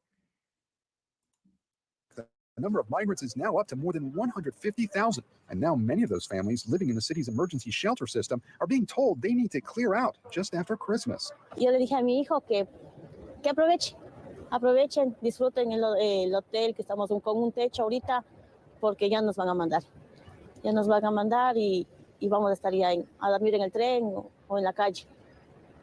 Y mi hijo solo se puso a llorar y dijo, tengamos fe. Today, some advocates protesting at City Hall, demanding that migrants be allowed to stay in shelters through the winter. Listen, I've been on protests. When they finish protesting, they should start volunteering. We have a lot of needs. If they say don't do the 60-day rule, give me an alternative. Because we've been open to ideas. And Gabe joins us now from the White House as the Biden administration takes an increasingly... They're not open to the ultimate idea, and the ultimate idea is to return the merchandise, if you know what I mean. Yeah, facts. Brandon Johnson is raggedy. He calling something raggedy. Active role in these border funding negotiations. Gabe, is President Biden regretting linking border security and Ukraine aid at this point? I mean, none of it is getting through Congress, right? Yeah, you know, Ellison, I asked the White House that question. Not at all, Press Secretary Karine Jean-Pierre said, adding that this is emergency funding all around. But critics of the administration wonder if it was the best strategy, given the complexity of any potential policy changes at the border, Ellison. Gabe, we also just heard from the city of Chicago about the shelter that 5-year-old boy was staying in. Is that right? Yeah, that's right, Allison. The city of Chicago says that the child's death was not related to the 3 other people taken to the hospital. The Chicago Department of Public Health also says the child does not appear to have died from an infectious disease, and there is no evidence of an outbreak at the shelter. There's no evidence of an outbreak at the shelter, yet there was all that information that they gave us about the chickenpox and varicella spread. Okay. Sometimes you can hear stuff, and sometimes when you hear stuff, it's best to make your own assessment based on, you know, logic, because a lot of times what they tell you on the mainstream media will supersede logic in a very bad way. As much money as Brandon Johnson is paying, I think the figure was $90 million. Everybody should be in good health.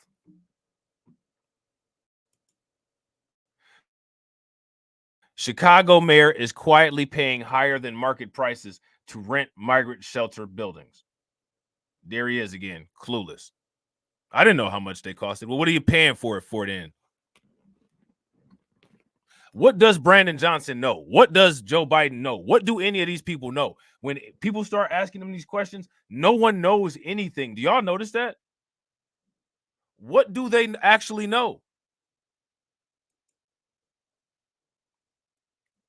The city of Chicago is reportedly paying high rent prices for buildings used to house illegal border crossers, with developers reaping huge rewards.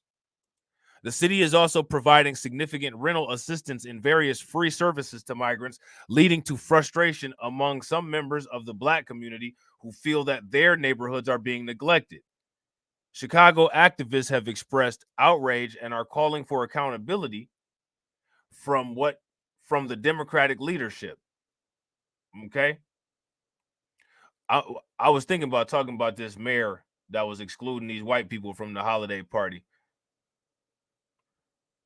Let's see what he's talking about. The borders have been open, and now we have all these people inundated here in Chicago, and these people are living tax-free of taxpayer dollars, and our own citizens are sleeping and don't have anywhere to go. I think it's a damn shame, and the American people and patriots across this country should be outraged, and we should be holding these Democrats accountable for the actions they've taken against this country and our American way of life. We need to get Donald Trump back into office, because under the Trump leadership, Black people flourished. Trump was good for the Black community as we know of it. We didn't have no wars. We wasn't begging nobody for nothing. We was well respected in the world, and now we're the laughing stock of the world. We have no morals and values, and the American people deserve better. We deserve a president like Donald Trump. And by the way, Democrats, as a pastor and a true man of God, it is my job to make sure that we get God-fearing people in office. You will not come to Chicago and you will not celebrate the things that you've done. Spit in the Black community face. We will boycott that convention and let the Democratic Party know no longer are we going to sit back and watch you destroy our communities and destroy this country. God bless America. How do you justify leaving the amount of people on the streets that are out here? And you building tents, warm tents, to house 2,000 illegals? I went from tent to tent. Some of these people are veterans. How do you justify people being homeless? The box bros, what I tell y'all, there they go. The box bros. The box bros got episode 1 ready. At this rate, we're seeing increased taxes. We're struggling to pay our mortgages. We're struggling to pay our bills. And we have thousands of dollars every month, millions of dollars, $500 million this year to support foreign nationals. And that's coming out of our pocket. It's going to people from another country, from foreign nationals. Those countries have to take care of their people. We just don't have the resources. You know, it's nothing against them, but we just don't have it. You know, we're struggling. This is government oppression at its finest. As a veteran myself, I just talked to a veteran in this tent right here. You know, we're seeing people who have given their all to their country, and we just cast them out by the expressway with the trash. This is unconscionable, and it's unconstitutional. Meanwhile, we have to follow every law. We can't go over the speed limit without getting a ticket sent to our house, but people can violate federal law, and we come in and roll out the welcome mat, or give them our home. Hey, that's facts. They saying a lot of facts in this video. Some stuff I don't necessarily agree with, but a lot more stuff than I disagree with, I do agree with in this video. Equity, give them our sales taxes. They get the best of our schools. Meanwhile, some like 90% of Black children are not reading, writing, and doing math proficiency, but they do it all under the guise of this fake diversity, equity, and inclusion nonsense. We just need to start voting differently. We need to start pulling ourselves out of these government institutions, starting with the public school system. We need to move on from big government and from the city of Chicago's political machine. Trump 2024? Trump 2024. This is taken away from American citizens, American children who are already. So this clearly, just so I'm putting a black light disclaimer on this video. This clearly is a Trump shill video. Right. Exactly. I agree. Shout out to Deformed Pretty Boy. Big facts. And he said that. You know what I'm saying? So there's that. I'm just saying, just so the disclaimer is on there. You know what I'm saying? Struggling academically, you're gonna bring in a new group of children, a new group of people. Take those resources away from Americans to accommodate this new group of people. That is gonna make the children gonna fall further behind. Now what these blacks for Trump are not telling you is that while they got the blacks for Trump saying this about the migrants in Chicago, there's whites like Charlie Kirk, Tucker Carlson, all the other people, all the other Confederates saying the same thing to their white friends about black people. So just as you're seeing this, and it sounds good, just understand the cascade of how conservatism works. You know what I'm saying? Shout out to Lena. What's good with it? Unemployment is going through the roof. Poverty, crime. This is going to impact our communities across this city. Take ourselves out of the political system, but vote for a dude that got a loan from the guy whose last name begins with an S, but he's supposedly anti that guy. You know what I'm saying?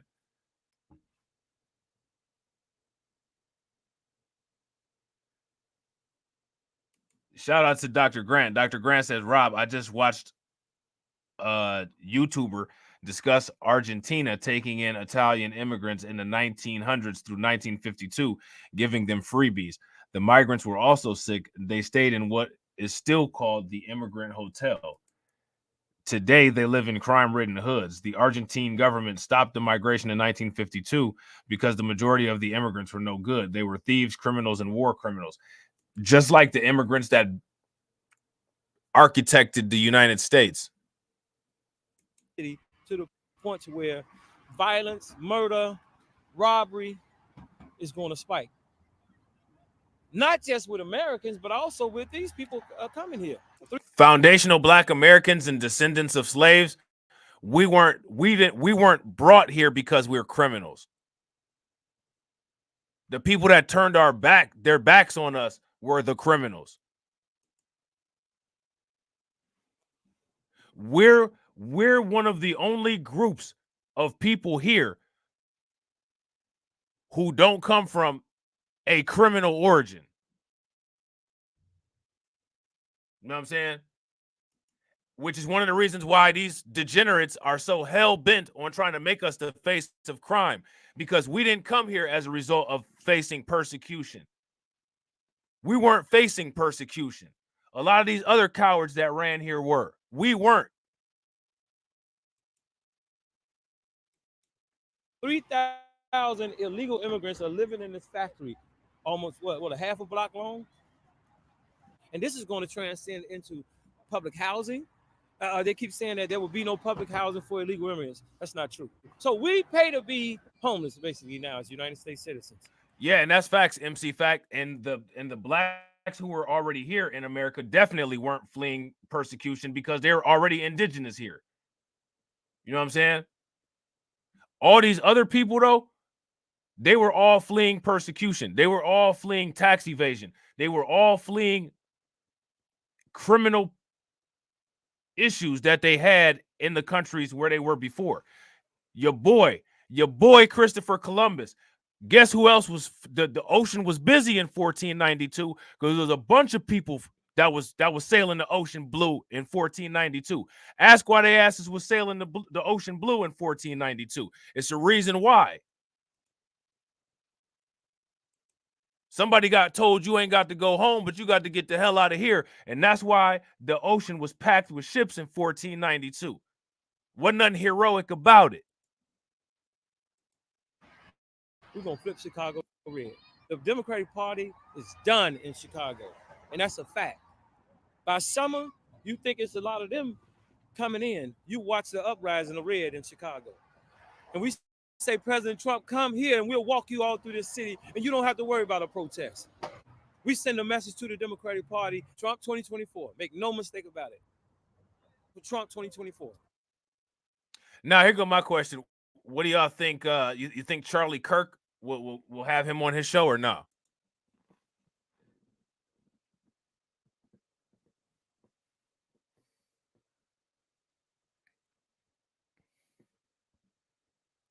Oh yeah, I did a stream about that, bro. Listen, in Argentina, not only in Argentina did they take them after the World War II, they also took the people that they were persecuting in after World War II. So there's a population of them and a population of them. And then in Brazil, they got a city called Americana, where the Confederate descendants were promised that they were able to have black slaves in Brazil by the president of Brazil. There's a city there called Americana where they have the Confederados celebration every year in Brazil. One of the reasons why, you might want to do a little bit more research than just researching ass when you go down there. Them Confederados is probably who got mad at Austin Hollerman while he was down there. You know what I'm saying? But yeah, I got a stream about that. So now here it says the borders have been opened, and now we have all of these people who have inundated Chicago, and these people are living tax-free off taxpayer dollars, and our own citizens are sleeping in the streets and don't have anywhere to go.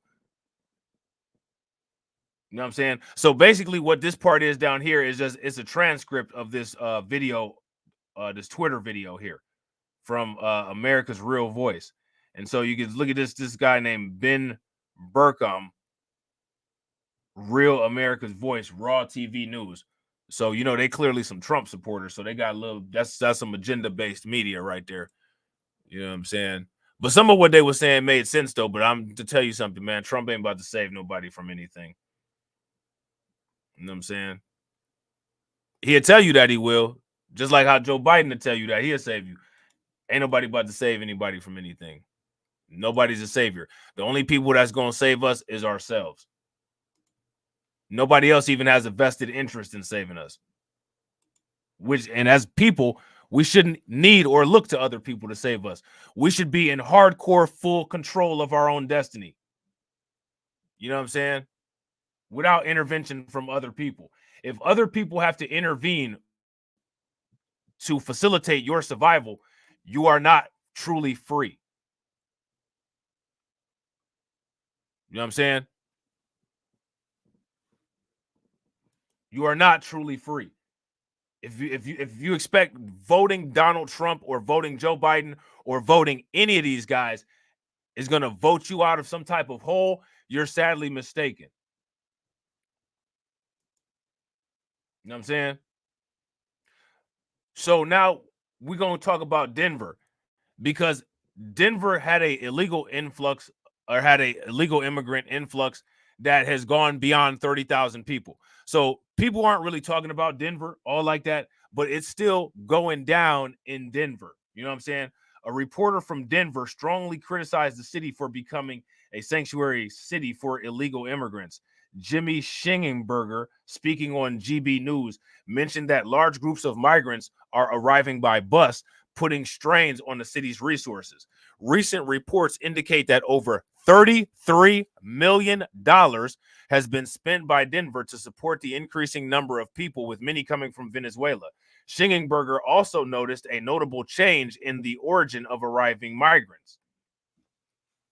It's not just from South America. It's people coming in from, here we go, Africa and Asia, he said. They're being sold this bill of goods that if they come to the United States, they'll be provided with food, medical care, and housing. Now, do you all believe that? I don't believe that.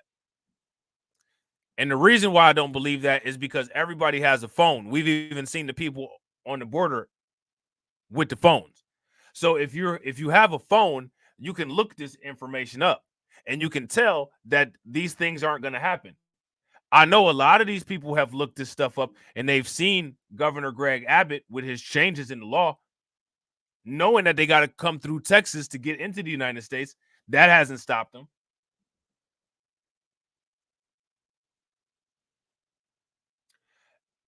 Yeah, I agree, Dr. Grant. Dr. Grant says, I've always said that the thought of mine that black people need to adopt a superiority complex. I don't respect weakness and can't stand those who express fear. Fear of what? Big facts. There's a shout out to my man, Keep It 100. There's a philosophy called master morality and slave morality. You should look into that. It's by some philosopher. I think dude's name is Nietzsche or something like that. And I believe that most people, that black people should all adopt a master morality. People need to adopt controlling their internal, their locus of control.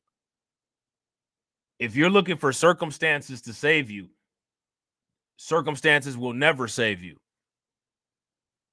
You will never be saved unless you save yourself.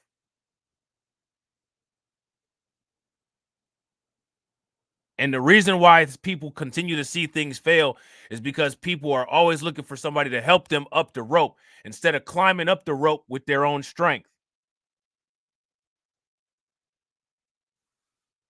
You know what I'm saying? And people don't like hearing that, but it don't matter what you like hearing versus what you don't like hearing. I guarantee you that hearing this is a lot more comfortable than living under the dictatorship of other people like we've been doing for centuries.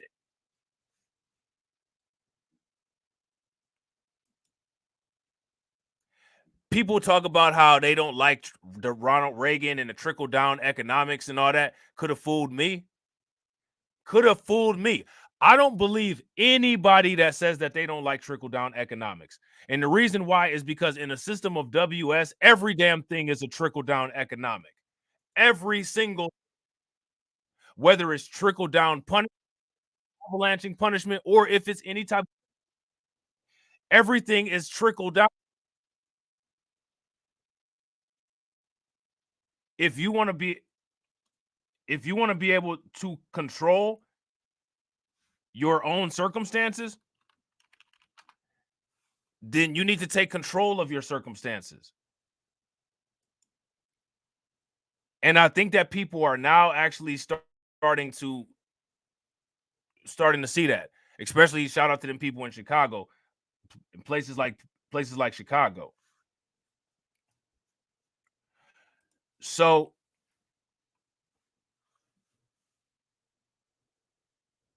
I think we're going to stop right there.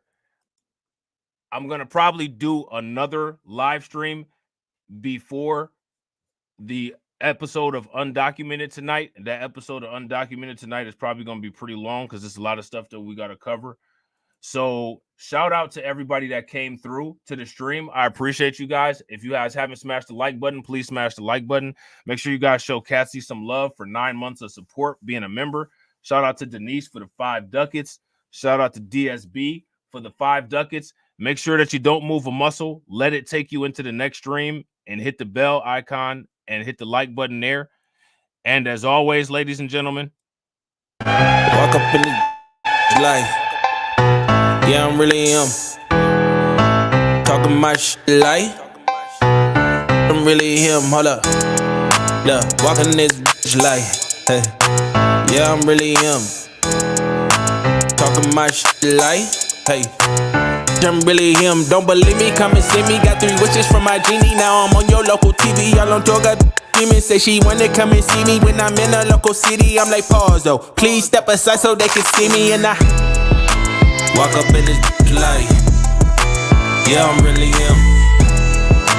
Talking my shit like I'm really him. On God. Walk up in this light. Yeah, I'm really him.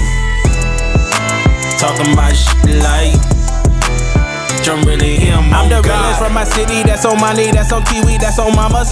Niggas don't believe me, come and see me. I been dodging all that fake. All these niggas working broke, but I been getting paid. All that know me from the street. Flexing for what feature, that's like every other week. Talk behind my back, I kick my feet up, have a seat. Cause at the end of the day, all these watching me as I walk up in this light. Yeah, I'm really him. Talking my shit like I'm really him. On God. Walk up in this light. Yeah, I'm really him. Talking my shit like I'm really him. On God. Walk up in this light. Yeah, I'm really him. Talking my shit like I'm really him. Hold up. Look, walking this bitch like, hey. Yeah, I'm really him. Talking my shit like, hey. I'm really him. Hold up.